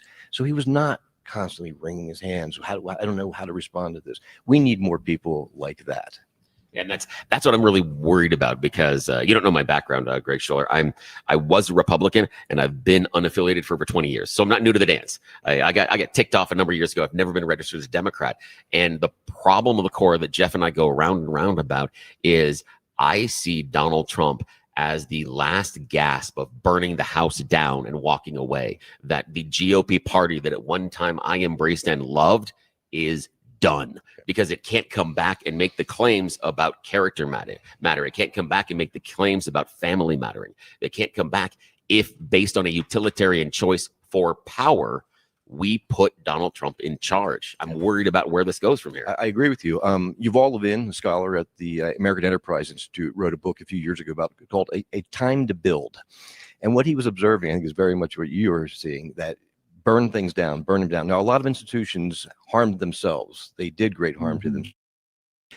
Yet we can't just tear down the institutions. We have to, institutions are hugely important. Yuval Levin talks about how they form us and our participation in them form us. So we need institutions for that formation. We can't just tear them down. We have to, some need to be replaced. Some need new institutions. Others can be reformed. And I think that's the important work that we need to do. I agree with you. I think Trump has been about tearing down, and a lot of these institutions are bad, but we can't be absent institutions. Should we be concerned at all? And this is part of what I've seen is that should we be concerned that the potential rebuild of those institutions could be either worse or less effective. And the idea being that if you want to replace the plumbing in your house, you better make sure that the plumber knows what he's doing and that they're going to drop the drains in the right place. If you're just going to come in and say, we're going to replace the plumbing without having a plan as far as how it's going to be better. And what I'm worried about is I don't see the plan necessarily making it better. Just the argument being different. And I'm not convinced that different is always good. No, I agree with you completely. And again, that's but all the more need to have principled public servants who can do that proper construction, the building up of good institutions. Yeah. Talking with Greg Schaller, the director of the Centennial Institute at Colorado Christian University. Well, look, if you have a high school student passionate about engaging in cultural and political issues, the knowledge and skills needed to impact the world through civic engagement is an ever-increasing need in today's society. Colorado Christian University is at the forefront of meeting this crucial need, equipping the next generation of competent, convictional Christian leadership in American politics. CCU's degree program in politics with an emphasis in public policy prepares students for the complex challenges of modern politics, just like we were talking about today, from an unapologetically Christian and foundationally conservative worldview. In this distinct program, students learn how to impact public policy and advance Christian conservative ideas. Colorado Christian University also houses the Centennial Institute, a think tank committed to mobilizing ideas on faith, family, and freedom to strengthen America's future. CCU's mission to produce graduates who impact the world with grace and truth applies in no greater measure than to our politics and public policy program. Apply at ccu.edu/apply today. That's ccu.edu/apply. Greg Schaller, thanks so much for taking time to join the Jeff and Bill Show. Yeah, this is a lot of fun. Thank you. My pleasure. Thank you, guys. We're looking forward to seeing what your leadership of the Centennial Institute will do, and more importantly, training this next generation of Christian conservatives. Because so maybe we don't have to vote for Trump again. Just saying, just putting that out there. I love the guy. Both you guys, I love. I'm not going to get into a debate. No, we're not going Trump to. Not 1 minute today. left No, in we this can't. segment. But that's how I do things. I light the fires and then we walk away. Yes. I love the sharp elbows. Oh, I of know. the MAGA movement. Yes, okay. exactly. When we come back, we're going to talk with Dr. Ryan Burkhart and Dr. Liz Wiggins on the mental health crisis that is facing our community and what Colorado Christian University is planning to do about that.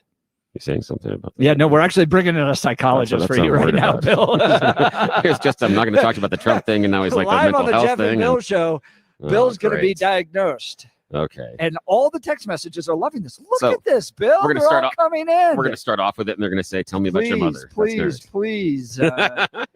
figure out what's wrong Yes. with this guy. Yeah, please fix his brain. By the way, our text lines are open if you'd like to text us or give us a call. The phone line is 303-696-1971, or you can text us on the Dan Capitalist Law 20819-5115.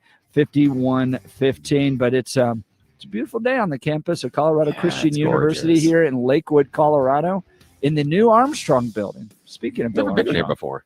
I don't Not think the Armstrong anybody Center. has. This This is thing great. opened like 2 days ago. Wow. So, and we'll continue to provide news to you on the Mike Pence visit here. You're listening to the Jeff and Bill Show. We are Denver's talk leader, News Talk 710 KNUS. RockyMountainBargains.com, where you'll always pay half price. Why pay retail when you can get what you want at 50% off? Just go to RockyMountainBargains.com and save. Here's this week's featured item. $50 gift cards from the Butchery Restaurant in Arvada. Get them now for half price. Get it now at RockyMountainBargains.com for 50% off. RockyMountainBargains.com, where you always pay half price. Restrictions apply. Go to RockyMountainBargains.com for complete details. He's a battle coming. From the intel community, from the National Security Advisor, the National Security Agency, they're going to spy on Trump. They're going to listen to every single phone call Trump has. They're going to bug Trump's office. And so from day one, we need to rip that thing down to first principles. That this is going to be a 15-round battle against the intel agency. The Charlie Kirk Show, weekdays at 10, right before Dennis Prager at noon on News Talk 710, KNUS.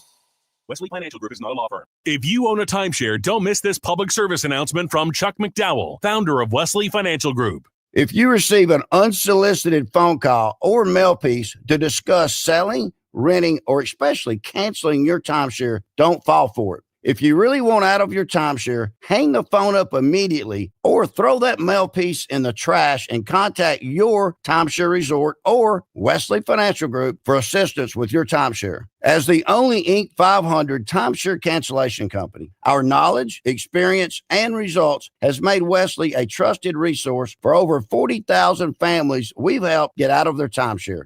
Give us a call and I'll send you our timeshare exit information kit free with the straight facts about your timeshare and all of your options for cancellation. Call for your free info kit, 800-839-8484, 800-839-8484, 800-839-8484. The story of MyPillow is a testament to faith and transformation. Mike Lindell, once battling addiction, found a new path when he embraced faith and began following Jesus. In gratitude, Mike is excited to share an exclusive offer with our listeners. Right now, the standard MyPillow is available for just $14.88. There's a limit of 10 per customer, so don't wait to take advantage of this amazing deal now with promo code SNOOZE. Mike believes God gave him the idea for MyPillow in a dream, and it's designed with your comfort in mind. The pillow holds its shape and adapts perfectly to your unique sleep position, helping keep your neck aligned for the best night's sleep. And there's more. Take home a 4-piece kitchen set for only $25. Enjoy their new mattress topper starting at just $99.99. Or pick up the luxurious MyPillow bed sheets starting at $49.98. Visit MyPillow.com or call 800-848-6979 and use the promo code SNOOZE to unlock huge discounts. Go to MyPillow.com and click on the radio listener square and use the promo code SNOOZE. You'll also get deep discounts on all MyPillow products or call 800-848-6979 and use the promo code SNOOZE. Salem.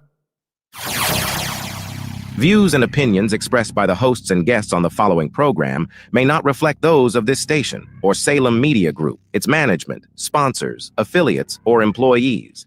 Portions of the following program are pre-recorded. KNUS Denver. Colorado proud. Colorado loud. The Jeff and Bill Show on News Talk 710 KNUS. It is 9 a.m. in the Mile High City. Good morning, Denver, Colorado. You've tuned into the Jeff and Bill Show, News Talk 710 KNUS. I'm your co-host, Jeff Hunt, along with Bill Thorpe, coming to you live from the campus of Colorado Christian University in Lakewood, Colorado. We're broadcasting here in the beautiful, brand new Armstrong Center. And this is where they're going to do music and arts, and they've got lectures today from Mike and Karen. So nice. Yeah, bathrooms are beautiful. Yeah, they're very nice. Yeah. Isn't it amazing, like how nice colleges get once you leave? Yes. Oh, yes. Like when I went to college, we sat in broken left-handed desks. Yeah, it's now there was one thing. I'm an OG here at CCU. One of the things that was an advantage when I was going here is the college had just was just starting to grow, but the dorm rooms were old apartments, so they were large. Given what my friends at CSU and CU had, we had like 3 times the amount of space, and so that was really good. Although you still did have the old carpet. It still did smell like feet. So you still had that. But yeah, but they've upgraded since then. But yeah, it's amazing what dorms and everything else look like. This is a gorgeous Armstrong Center. It is beautiful. Have you seen the circle? We got these circle lights above us. Those are ridiculous. It looks like the ring lights you use when you're like broadcasting and stuff. Yeah, but they're right. hanging from the roof. I mean, how much do those cost? That's expensive. You know what I want to do? I don't want to change the light bulbs though. That's got to be some problem. I'm sorry. That's what as I said yesterday, Yeah. Bill, thank God for the rich. Yes, exactly. I just want to be one of them one day, just maybe a month or so, please. This was Just wanna built on try. donations. I can tell you that Yes, much. I This was bet. built on donations. All right. So joining us after News and Comment with Blake Olson is Dr. Ryan Burkhart and Dr. Liz Wiggins. We're going to dive into the mental health crisis that's facing our communities, our state, our nation, and what Colorado Christian University is doing to try to address these challenges. But first, News and Comment with Blake Olson. Good morning, Blake. Hey, good morning, Jeff and Billy. 34 and partly cloudy in Denver, expecting a high of 57 today. The 7-10 5-day forecast is coming up. Our top story beginning January 1st, Colorado drivers must use hands-free devices to talk on the phone, expanding the state's current cell phone restrictions. Driver Shannon Bloss believes from his experience, this move will greatly improve safety. I see people just buried in their phone looking at, and they're doing 60, 70 miles an hour. I mean, it's dangerous and people get hurt every day. The new law aims to reduce distracted driving, which causes an average of 42 crashes daily. Violators face a $75 fine and 2 license points, with penalties increasing for repeat offenses. Colorado lawmakers are calling on the federal government to hold CDOT accountable for a rise in state roadway construction zones this year. Outgoing Republican Representative Greg Lopez says contractors working directly with CDOT have raised several concerns for not following state and federal guidelines. They are basically saying we must do this in order to protect the safety of the drivers on the highways. And CDOT is saying, no, I don't think we need to go to that level. All three Colorado's congressional Republicans, including Lopez, are demanding answers from CDOT. The group recently sent a letter on the issue to the U.S. Transportation Secretary, Pete Buttigieg.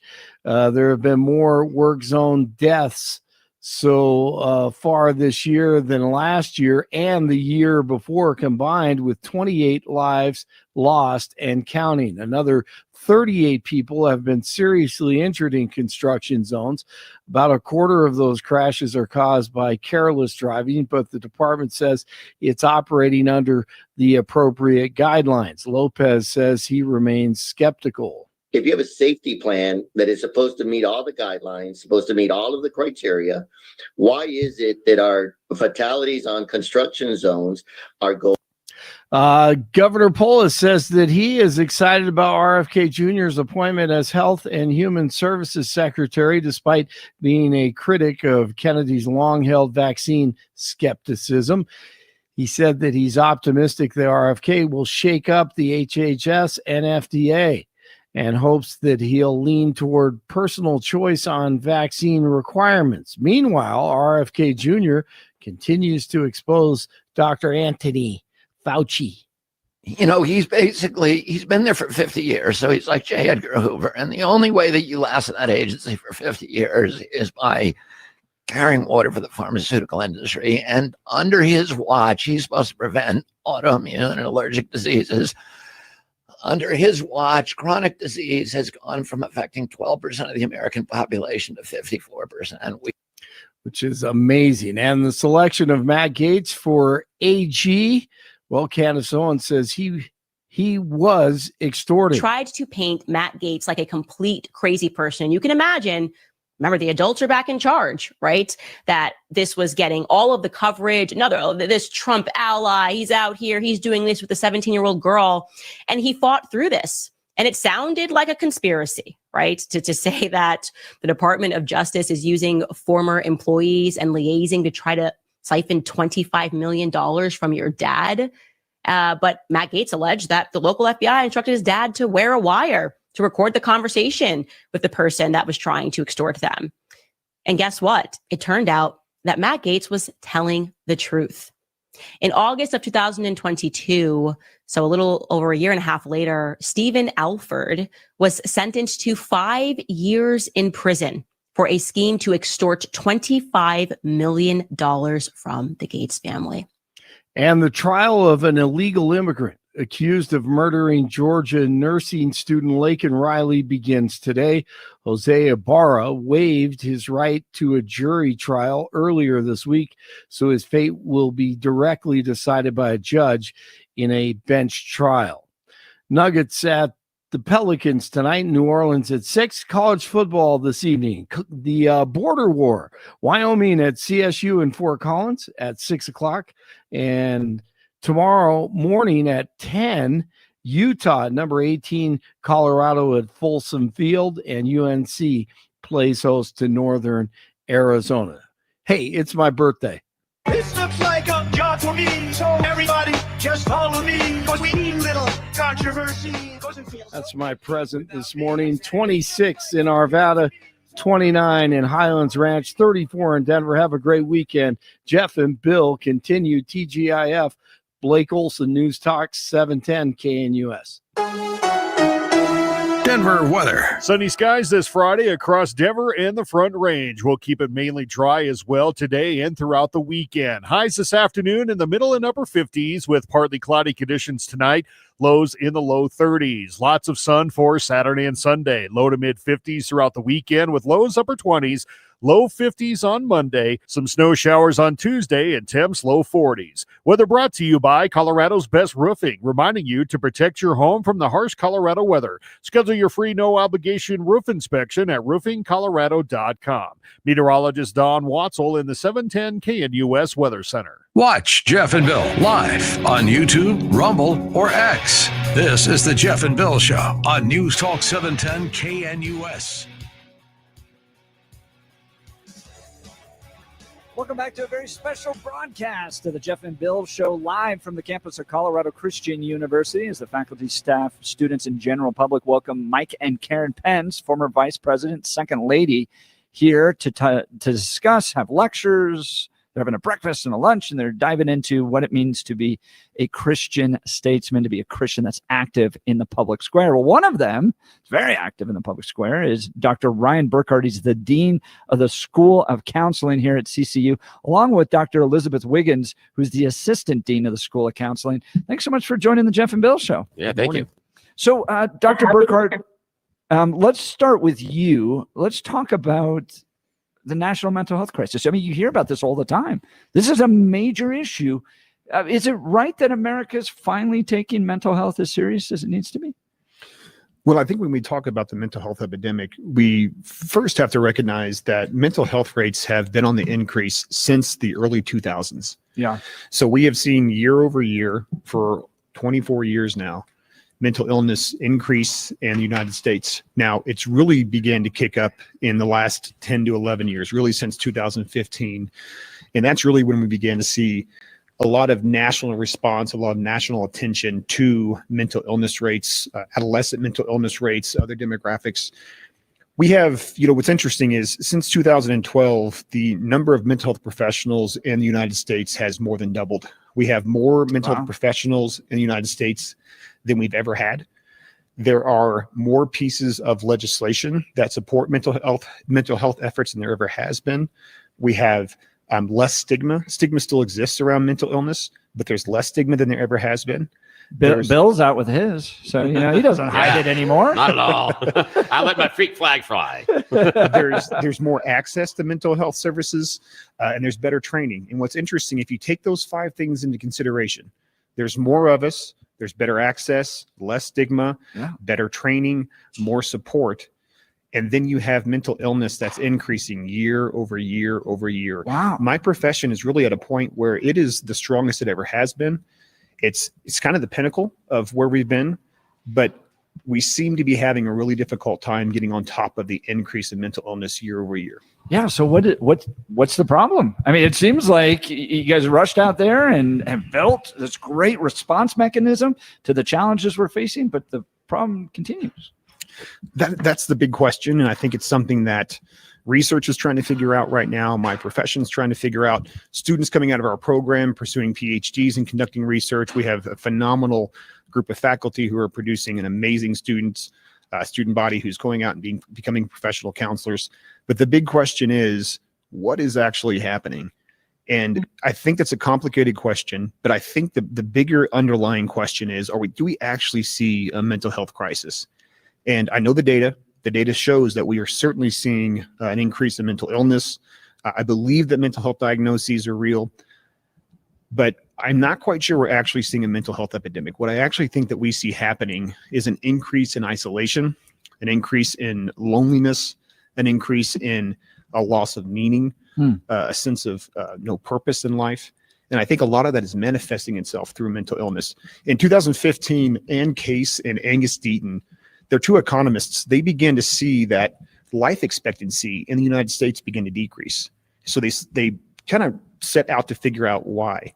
And what they found out was that there are 3 things that are driving down life expectancy in the United States. So one of them is overdose to drugs. Another one is liver disease from alcohol, and the third one is suicide. And they labeled those things deaths of despair because people are so hopeless right now that it's actually leading to mental illness. Well, I've always found my own mental health tied directly to my spirituality. 100%. When I didn't become a Christian until I was 16. When I was 14, consuming marijuana pretty regularly. 15, big parties, right? And I went after what the world told me to go after. I mean, girls and parties and drunk and drugs and all that stuff. And I was absolutely miserable. And I don't discount the mental health profession at all. My wife and I have used marriage counselors. They've helped us. I mean, brilliant, great people. For me, though, it was getting my soul right that had to affect my mental health. We see that in some of the earlier theories of our profession. There's one theory specifically called the wellness model. Yeah. The wellness model recognizes that there are various aspects that make up our personhood, our lives, things like work, things like family. It has a whole bunch of these different quadrants. And at the center of that kind of wellness model was what they called spirituality. Yeah. There was an understanding that a belief in something outside of yourself, a belief in something that kind of has all of this under control, that your life has a purpose, that something's moving you towards something else. But is it just something, or is it actually Sure. Jesus? I agree with that. Yeah. So my profession is certainly not going to come out and say you need Jesus. But in terms of the wellness model, it was recognizing, it was hinting at something, right? Yeah. So I know you and I, our program here at CCU, we certainly believe that there is a mental health protective factor in a right relationship with Jesus. Yeah. Is my profession going to come out and say that? Of course not. But do they, a lot of times, actually dance around that dynamic and call it spirituality and say that there's a belief and there's meaning and there's purpose? That kind of bums me out because I feel like you and I have the answer. Yeah. And so we're going to run out there, build all these big programs. People are going to suffer. Yeah. And the answer is there. And is really, I mean, is it just CCU that has the answer, though, to be able to speak in and go to this profession?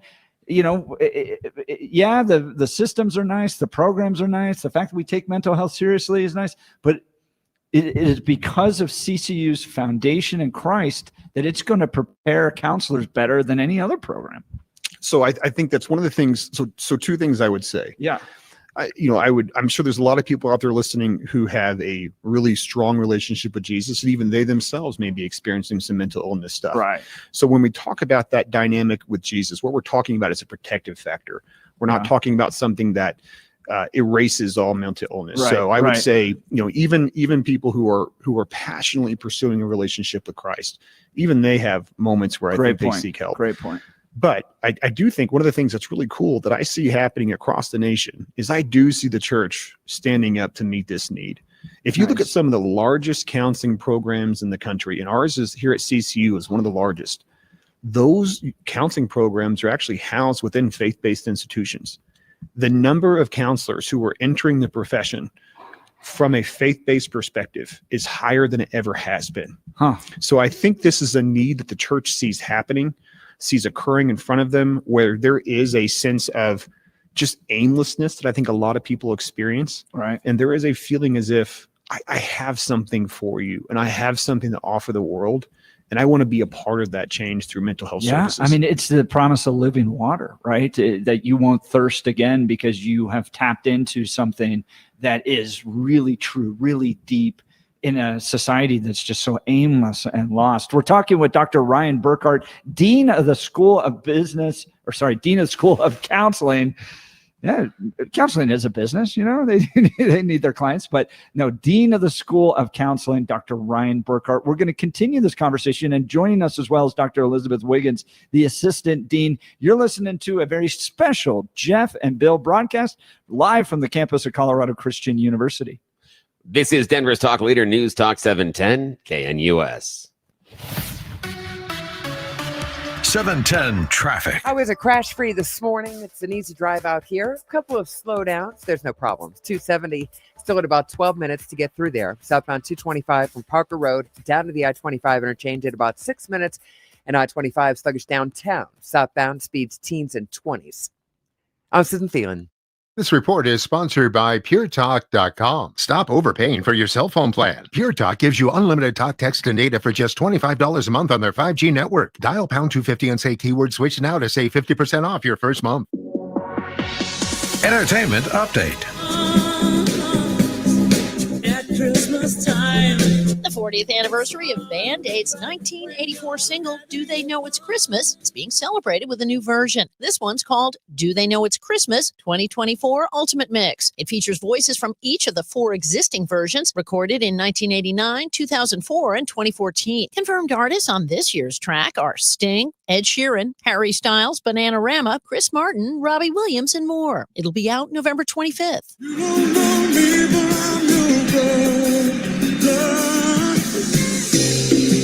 It rocks, but it doesn't rock too hard. The official trailer for HBO's music box, Yacht Rock, a documentary, is now out. It tells the story of the rise of the West Coast's soft pop rock sound and culture in the 1970s and 80s. Christopher Cross and Michael McDonald, just a few of the artists featured in the Yacht Rock documentary, which will be out November 29th. The first trailer now out for the upcoming Netflix film Back in Action, starring Cameron Diaz, who's returning to acting after an 11-year hiatus alongside Jamie Foxx as a retired CIA agent couple. Their suburban life changes when their covers expose. The rest of the cast includes Kyle Chandler, Glenn Close, and Andrew Scott. Back in Action hits Netflix January 17th. And the Christmas action comedy Red One, hoping to do a bit of damage at the box office this weekend. The movie, starring Dwayne "The Rock" Johnson and Chris Evans, is expected to take first place easily over Venom: The Last Dance, which has been #1 over the past 3 weekends. That's entertainment. I'm Liz Warner. On Thursday's Jeff and Bill show, the appointment of Matt Gaetz to Attorney General is driving the left and some Republicans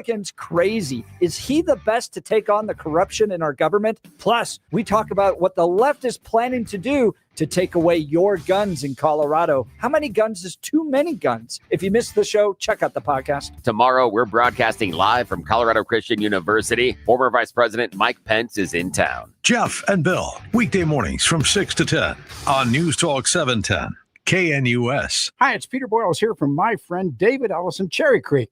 Now is the time to get a professional appraisal for all those past family valuables that you've tucked away at home.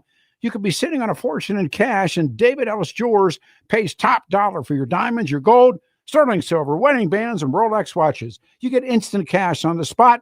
David offers confidential evaluations on precious metals, coins, silver sets, estate sale jewelry, and other antique items. David Ellis Jewelers been buying precious metals and antiques in Colorado for decades. He's the one I trust. No obligation, free appraisal, private and confidential. See for yourself the expansive showroom, David Ellis Jewelers, and tell them Peter Boyle sent you.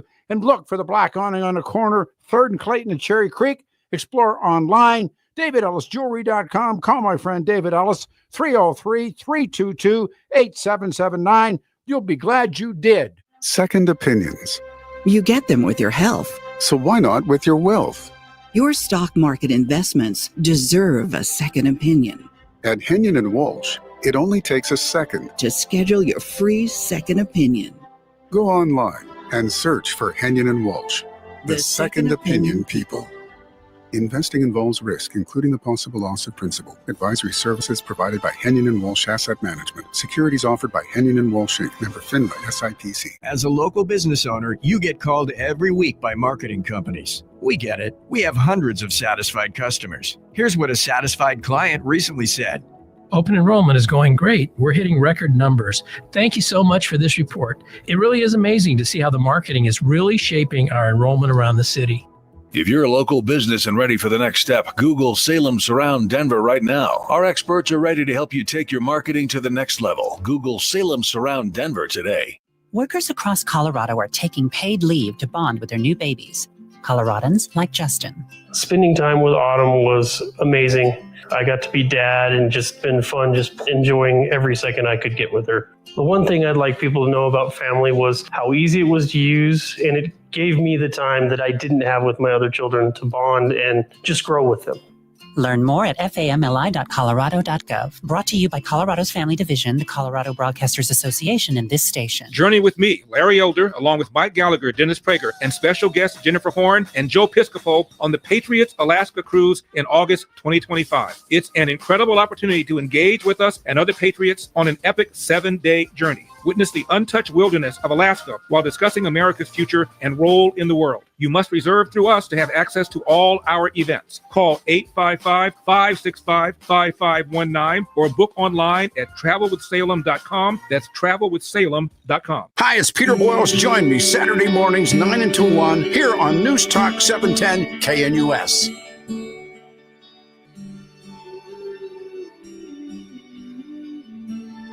Welcome back to a very special live broadcast of the Jeff and Bill Show from the campus of Colorado Christian University in the new Armstrong Center as they welcome Mike and Karen Pence for a day of lectures, meals, conversations about the nature of Christian statesmanship and Christian serving in the public square. Joining us here is Dr. Ryan Burkhart and Dr. Elizabeth Wiggins. Dr. Burkhart serves as the Dean of the School of Counseling, and Dr. Wiggins serves as the Assistant Dean of Counseling. Now, Dr. Wiggins, I want to talk to you. You specialize in school counseling, the mental health of our students. Can you give us a read on how it's going these days? There's a lot of what Dr. Burkhart shared at the adult and national level. Sadly, mental health issues in students and in young people are on the rise as well. Research shows that about 1 in 5 high school students have seriously considered suicide, 1 in 10 have attempted, and about a third of our students are experiencing either anxiety or depression as mental health disorders. So there is a lot of mental health needs within our schools and with our young people, just like there is with our adults. Now, a parent hearing that goes, oh my, what should I do? Can you give us a few steps? I mean, is it as simple as just getting the kids off of social media, getting the phones out of their hands? Or do we need to get them plugged into churches? Do we need to get them volunteering? Give us some tips here. Yeah, I think all of the above. There's definitely research that shows that social media is kind of a double-edged sword, and that increased screen time definitely increases things like depression and anxiety in young people. So I think parents really, the biggest thing is just being connected with their children. As Dr. Burkhart indicated, loneliness and isolation is a huge component in mental health issues. So I would, first of all, just suggest that parents make sure you stay connected with your children, be aware of any changes that you see in their mood or behavior, have open and honest conversations about mental health. Be real about your own mental health struggles and how you guys can support and come alongside one another. And I think getting them plugged into church, as we've talked about, having a sense of meaning and purpose in life, having a spiritual component is definitely a protective factor. Helping them understand and explore who they are, who God's created them to be. I think schools have done a great job in terms of talking about careers and post-secondary readiness and what do you want to do when you grow up. But schools don't often do a really good job of talking about who do you want to be? Like, how do you want to show up in the world? How do you want to serve? What will give your life meaning and purpose? outside of a career. So I think those things are some really important things that parents and caregivers can be doing to support students in their mental health. Great advice coming from Dr. Elizabeth Wiggins. She's the assistant dean of the School of Counseling here at Colorado Christian University. So not just take the kids' phones away, but you as parents need to put the phones away too. You can't just doom scroll on Instagram for 2 hours when you get home at night. You need to spend some time, build those opportunities, really connect with your kids. One of the things we do around the dinner table is we play either a game called Do You Know Your Family, where, you get to ask questions, and people quickly try to respond. Whoever gets it wins. But then we also have a series of questions that we ask as a family. It's called a Delve deck that you can buy online. And it's like 200 questions. And my kids love this. Really? I'll give you a question.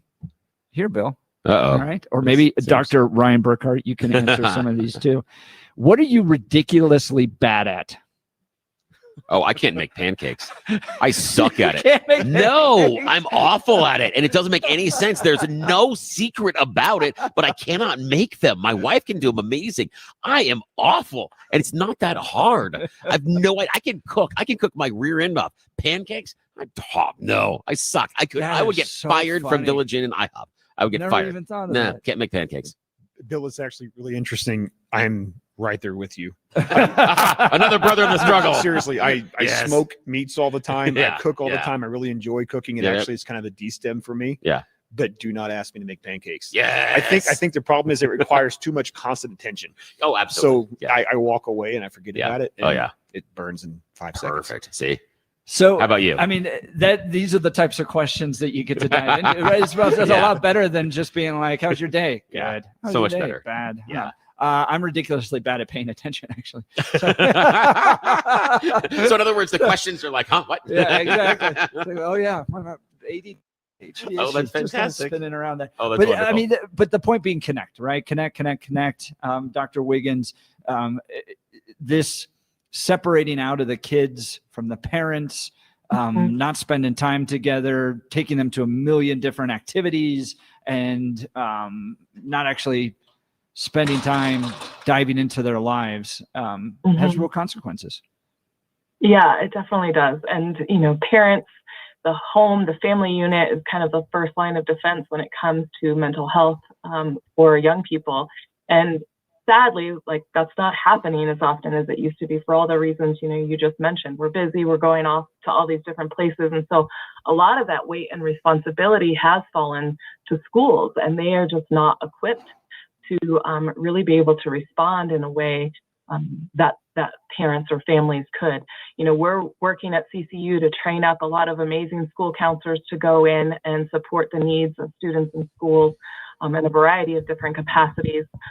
But parents are always going to be the first and primary source of support and help and notice when changes are happening in their students. So yeah, carving out that time. I've got two, I can't call them young people anymore, college-age students, but I have found that you get them shoulder to shoulder with you in a car with a ice cream or a coffee, and they'll spill the beans. So find ways to connect for sure. Okay, now Dr. Liz Wiggins, something that we didn't notice. How are your pancake skills? We need to know this. No, really. You're Okay, so is that your a weakness? little bit. I do have Dude, I make amazing pancakes because they're so easy to make. This No, is they're the not. funniest thing. Liar. I cannot make them. There is an art to pancakes. Yeah, not an What's artist. Mixing really the funny- batter. What's really funny, guys, is that my husband and I, we met a long time ago now, but he showed up at my house for breakfast, and I made what he will say is the world's worst pancakes, and yet somehow we have been married for 22 years. So I'm glad that pancake skills were not what sealed the deal. See, that's okay. I got to do a side note here, Dr. Wiggins. I have this thing that I've talked about. My wife and I talk about it all the time, and we talk about it being pillows or pancakes. And the idea is that in every relationship, you get to that moment where it's the morning, and you're looking over there and the sun is just cresting right through the drapes and it hits your significant other right across the face. And you're looking at this going, I cannot believe this person is in my life. I can't believe that this person loves me so unconditionally that we are sharing this bed together. And it's at that moment that you have the opportunity to grab the pillow and smother them or get up and make pancakes. And so we always talk about the idea of pillows or pancakes, that as long as you're making that choice to get up in the morning and have pancakes, the relationship's going to be fine. No matter how bad they are. Exactly. Talking with Dr. Elizabeth Wiggins, the Assistant Dean of the School of Counseling, as well as Dr. Ryan Burkhart, the Dean of the School Counseling, Dean of the School of Counseling here at CCU. A few more questions that I think are really important. I want to start with school shootings and school violence. I think this scares most parents, and either of you can talk about this. You talked about suicide rates among teenagers going up, and then you have this cohort of teenagers that want to harm others in the midst of their pain as well. Are we doing a good enough job addressing this issue? Dr. Wiggins, I know that you are on the phone, and I'm sure you have some thoughts in this as a school counselor, so I would certainly want to allow you to speak to this first. Sure. Are we doing a good enough job? That's a heavy question, right? Clearly, we're missing something because this continues to happen. What that is hard to pinpoint. It's, why do people choose to take the life of another person? And why do some people choose to do that in such an extreme manner? It's really hard to pinpoint. I would say from a school perspective, doing as much as we can to be aware of some of the mental health challenges of students, to notice changes in their behaviors, to conduct appropriate threat assessments and safety assessments to see where the risks are. But sometimes, despite all of our best efforts, there's really no way to predict such unpredictable behavior. So I think doing what we can to educate people on warning signs, to encourage students to report things when they have concerns, to be inclusive and supportive of people. It seems like a lot of what we hear in the aftermath of some of these horrific events is just, it was a student who was maybe a bit of a loner or had some mental health challenges and didn't really have a good support network of either adults in the school or at home or of peers. But it is such a hard thing to sort of pinpoint. Are we doing enough, and what do we need to do next? Yeah. Dr. Burkhart. Yeah, this is an interesting question. As Dr. Wiggins was speaking, I was thinking about, are we even really willing to say as a culture that these shootings are actually the stem or the result of mental illness? Yeah. I think a lot of times when these things happen, we wrestle with that after the case. That's been my premise for a while. Yeah. Is it the result of mental illness, or is it the result of access to firearms? And that's the big debate that always happens. Right. So I think in terms of our ability to actually assess, are we succeeding in this? We have to actually come to terms with what we believe is actually causing this. Mm-hmm. Across the board, I do think that we're missing the mark with adolescents in general across the board. And I think that one of the ways it's manifesting is these school shootings. I think the things that, if you look at just the fundamentals of psychology, you know how sometimes people critique the NBA and they say the NBA they've lost the fundamentals. It's just street ball. Growing up in Indiana, one-on-ones, and that's all it is. Yeah, growing up in There's no Indiana, we fundamentals. take basketball really seriously. Nobody does a three-man weave. Yeah, exactly. That's kind of what's happening with my profession to some extent. We're turning into the NBA. We're losing some of the fundamentals, some of the fundamental knowledge that we have. So the things that we know need to be in place for an adolescent to successfully navigate adolescence. We're eroding as a culture. We know that a healthy family system, and listen, I'll be the first to tell you, one of the things that shocked me in my profession is how much trauma I have seen come from family systems. There's some pretty bad stuff happening in family systems right now. I still believe that If you want to see a national cultural change in mental illness, it starts with mothers and fathers. If mothers and fathers begin to build family systems that are healthy and they're committed to those family systems, and I know there's a lot of really good parents out there, and even the best parents have kids who are struggling, but the things that we need for adolescents to succeed, healthy family systems. There was a book that came out about a year ago that caused a lot of waves called The Two-Parent Privilege. Very interesting. I think the author's name was Kearney, talking about how from an economic data standpoint, there's nothing that indicates future success more than actually coming from a two-parent household. Now, she's very clear to say that this does not mean there aren't some amazing single parents out there who are getting the job done. She just says, generally speaking. So social systems, hobbies, a sense of meaning and purpose. We're talking about all these things, all the things that we need just really as human beings to be psychologically well, especially adolescents. Our culture has slowly eroded these things, and we've replaced it with nothing. We were talking, or OnlyFans. we were talking, which on is break. bad on all sides. Well, Sorry, there's nothing good with there. Listeners who were children of the 80s, we were talking on break about this movie that I used to watch as a kid. I tried to show my kids this about a year ago, and they were like, "What is this?" Yeah, The Never-Ending Story. There is a scene in The Never-Ending Story where Atreyu faces this big black wolf, and there's this thing kind of attacking this land, Fantasia. I think it was called Fantasia, and it's called the Nothing. And he confronts this big wolf who is a servant of the Nothing, and he asks the wolf, "What is the Nothing?" And the wolf says, "The Nothing is the result of when people lose hope." And that's really what's happening. If you were to ask me what's happening to adolescents in America, I would say nothing. Nothing is causing mental illness. Really powerful. Because they've been given nothing to actually navigate adolescence well. So what do I think is causing mental illness in the United States? It's nothing. Wow, very powerful. Well, I want to finish with this because we're just up against a break here. Coming off of the Romney campaign, my wife and I have been married 7 years. Couldn't talk to each other anymore. I was working 7 days a week. She had 4 young kids. We were at a breaking point, and I went and finally agreed as the dude to go work with a counselor. We spent a year working with a counselor. We're now about to celebrate our 17th wedding anniversary, and our marriage is stronger than ever. Take those moments to go get help. When I think back to what we could have gone through, divorce, all that stuff, it would have wrecked so much more. We got help. Mental health professionals, great Christian counselors out there can help you get through those very dark seasons. And I promise you, because the Bible promises this, that you'll find light, you'll get through it. But sometimes you just need help. So I just want to wrap with this. Dr. Burkhart, someone feels called. They really want to help and be in the counseling profession. You offer these degree programs. Tell us in 1 minute the different types of degree programs you offer here at CCU and how somebody can start. Well, I would say CCU is the place for you.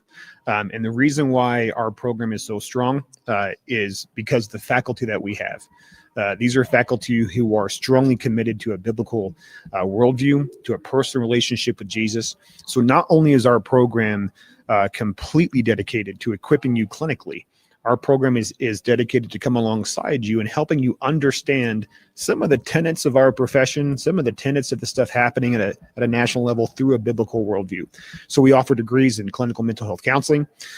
We offer an emphasis in marriage and family therapy that allows you to get licensed as a marriage and family therapist post-degree, an emphasis in substance use counseling that allows you to treat addictions post-degree. Dr. Wiggins built the school counseling program that we offer. It's a Master of Arts in school counseling. We can go and be a school counselor. We have a PhD in counseling education and supervision, which allows you to go and actually teach the stuff and become a counselor educator and conduct research. If you're looking to step into the mental health world and do it from a biblical worldview, we are also trained well as a clinician. CCU is the place for you. Great to hear that. ccu.edu is where you go to learn more. Dr. Burkhart, thanks so much for joining us. And as well, Dr. Wiggins, thanks for taking time to be on the Jeff and Bill Show. Thank you. Yeah. All right, we'll continue up next, as we always wrap on our Fridays. Yes. Poetry. Some poetry with Jeff So Hildebrand. excited. You're listening to the Jeff and Bill Show. Denver's talk leader, News Talk 710 KNUS. 710 traffic. A couple sore spots throughout the Denver Metro for the 9 o'clock commute. Starting on the south end of town, I-225 southbound approaching South Yosemite Street. The crash off on the right shoulder has slow driving back from Parker Road. Heading to the north end of town, I-76 westbound, a crash at 88th Avenue. This one, we're seeing heavy congestion back from 96th, about a 10-minute delay. I-25 north and southbound, seeing intended speeds through the Denver metro area. I-70 east and westbound, flowing free to and from DIA. If you've got a traffic tip, dial pound 250 and say Denver traffic. I'm Mark Swan. This report is sponsored by PureTalk.com. Stop overpaying for your cell phone plan. Pure Talk gives you unlimited talk, text, and data for just $25 a month on their 5G network. Dial pound 250 and say keyword switch now to save 50% off your first month. Quick question. Did you know that the conservative news and talk content that you're currently enjoying on this station and online is supported by advertisers? Here's another one for you. And this one is for our business audience. Are you aware that our loyal listeners eagerly engage with our advertisers because they know that these advertisers share their values and care about our programming as much as they do? Listeners, tell your favorite businesses about us. And business owners, contact us today to create and implement strategies that drive people to connect and engage with you, helping you grow and experience the value of long-term loyal customers. Join with us today to continue spreading the good word. When you advertise on News Talk 710 KNUS, our loyal listeners know you care about our programming as much as they do. To reach our audience with your business's message, call us at 303-481-3758 or click on How to Advertise at 710knus.com.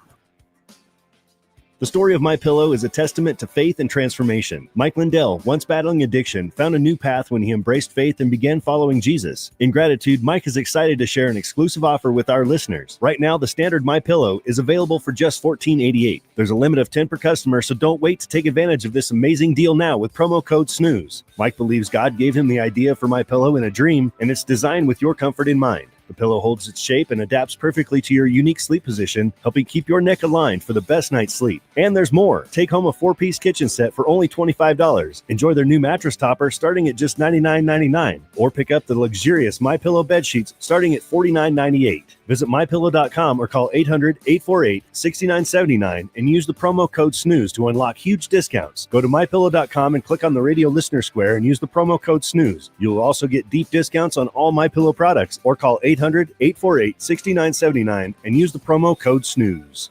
At Colorado Christian University, education goes beyond the classroom. CCU cultivates not just minds, but hearts, developing Christian character and spirituality in every student. Graduates leave with a strong Christian commitment and a deep sense of biblical justice, ready to lead with compassion and integrity in today's communities and workplaces. Discover how CCU can help you grow in both faith and knowledge. Apply today at ccu.edu/apply. That's ccu.edu/apply.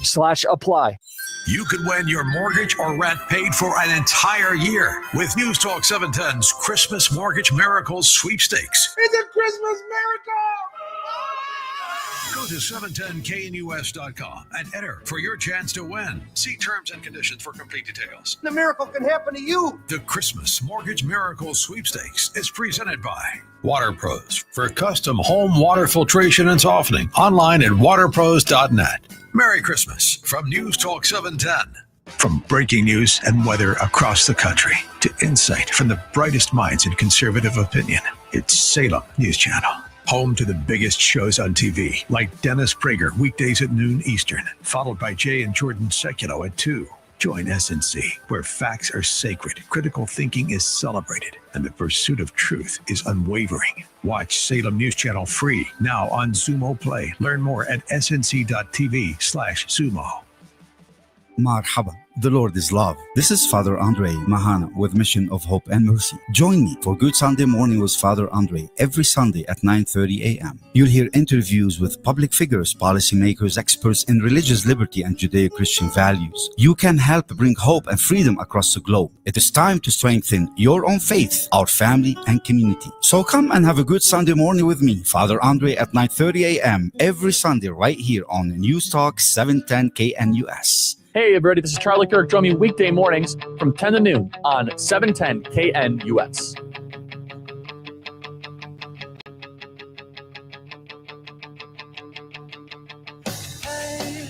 Welcome back to the Jeff and Bill Show. Very special live broadcast from the campus of Colorado Christian University. And to wrap up this show, we got a little poetry. He's going to class us up a little bit. Yeah, that's right. We're going over to our literature class, our poetry class with Jeff Hildebrand. Good morning, Jeff. Good morning, sir. Thanks for being on the program. Good morning. Good morning. Good to see you. Good program this morning. Oh, it's fun. It's fun to be out here with our friends at CCU. Yeah, We've been having, right. I'm surprised they let me on campus. Billy, you and I. All right. Viola. Beat Viola. That's right. Jeff, take us home, my friend. What do you got? Yeah, what do you got for us? All right. Okay. This is called Platitudes About Attitudes. Follow your dreams. Seize the day. Make a difference right away. Expand your horizons. Reach for a star. Learn something different, like playing guitar. Learn the harmonica. Try writing in rhyme. Ignite inner fires, because now is the time to make it all happen. You must reach to achieve. You can do what you want if you only believe. Inspiration is lurking. Breathe it in like fresh air. Feel it tingle your senses when you're least aware. Put your worries behind you, and soon you will find when it comes to success, it's all in your mind. Ooh. Wow. That's a good one. That's a good one on a Friday. That's a right? nice one to follow up with a mental health conversation. Yeah, I know that is right. That's a good one to follow up on mental health That was conversations. really good, my friend. Good encouragement. I think you belong on a different radio station, though, that's all about positive and encouragement. Yeah. Have you been listening to us? This is ridiculous. It's not dramatic. Yeah, it's called Viola View. Yeah, all right. You got another one for us there, Jeffrey? I do. Just a sort of a quickie here to wrap things up. A little cowboy flavor here. Remember, when you draw a horse that's just too right to ride, or face a hurdle that's too high, or a chasm that's too wide, just cowboy up and do your best. What counts most when it's done is that you tried your darndest, not if you lost or won. And when you face frustration, when nothing goes your way, know that Satan tries to sabotage your joy from God each day. Just flex your faith in Jesus. You'll find that your reward doesn't come from winning, but from trusting in the Lord. Ooh, that's good, because one of the things I think that as believers, that we have problems with is trust. I think that's a wonderful reminder on today, because we want so many times when we come to the Lord in prayer, we're asking for him to do something for us. We're asking for some sort of a blessing. Not enough times do we just come and give our love to him and give him control of the life, saying, listen, I hate to say it, it's kind of cheesy, but Jesus, take the wheel. It's that kind of an idea of, I need to, in order to fulfill God's purpose, you have to let go of the wheel, because we are not in charge at the foremost. And as soon as we grab that wheel and try to bend God's plan for us in a certain direction, that's the time in which he's going to check us. That's the time in which he's going to say, hey, listen, you have to understand this is not necessarily your plan. There's something else going on here, and I'll put you where you need to be, rather than maybe where you're telling me you want to go at this point. Well, and sounds good to me. I was thinking about this the other day. Yeah. Jesus spent a lot of time in prayer. Oh, yeah, did he? Yeah. Oh, yeah. A lot of time. He was God. Yeah. Himself. Yeah. and still spent time reflecting. Still spent time. And still spent. It's like out of all the guys that probably didn't need to. Yeah, that would have just and of all the guys that could affect the experience and the world that he wanted. Yeah, that's the person. Yet still he bent to God's will, even though the Holy Trinity and what goes on there. But he still understood, and even then, when he's dying on the cross, he cries out about being forsaken. Yeah. But he knows the plan and knows what's coming. Yeah, and too many times we are yelling out and we are rejecting God based on feeling forsaken, not understanding the path of an opportunity that's in front of you.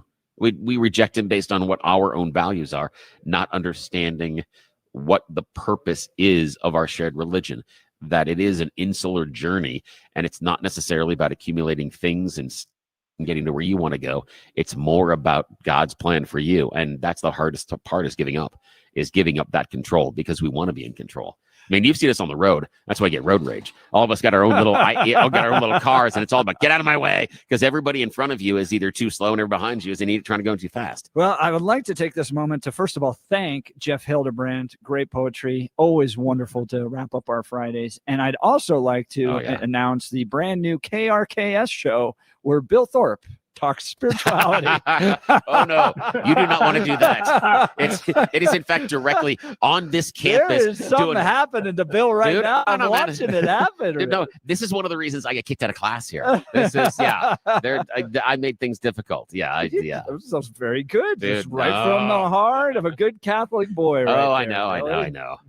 But then again, I belong to a religion where we base things on hats. So yeah. Yeah. Do you have time for one more quickie? Very quick. Okay. I watched the weatherman on the news and thought he did quite well. Tomorrow would be mostly clear as far as I could tell. The next day, I was not impressed, and I expressed it loudly when I stepped my brand new shoes in a puddle of partly cloudy. That's a great way to end it. Thank you so much, Jeff Hildebrand, Poet Laureate of 710 KNUS. We'll talk to you next week. That Thank was you, sir. wonderful. I think we've got to wrap up in 10 seconds, right? Yeah, I think so. Somewhere around there. So it's been a wonderful broadcast here on the campus of Colorado Christian University. You're listening to The Jeff and Bill Show. Denver's talk leader, News Talk 710 KNUS.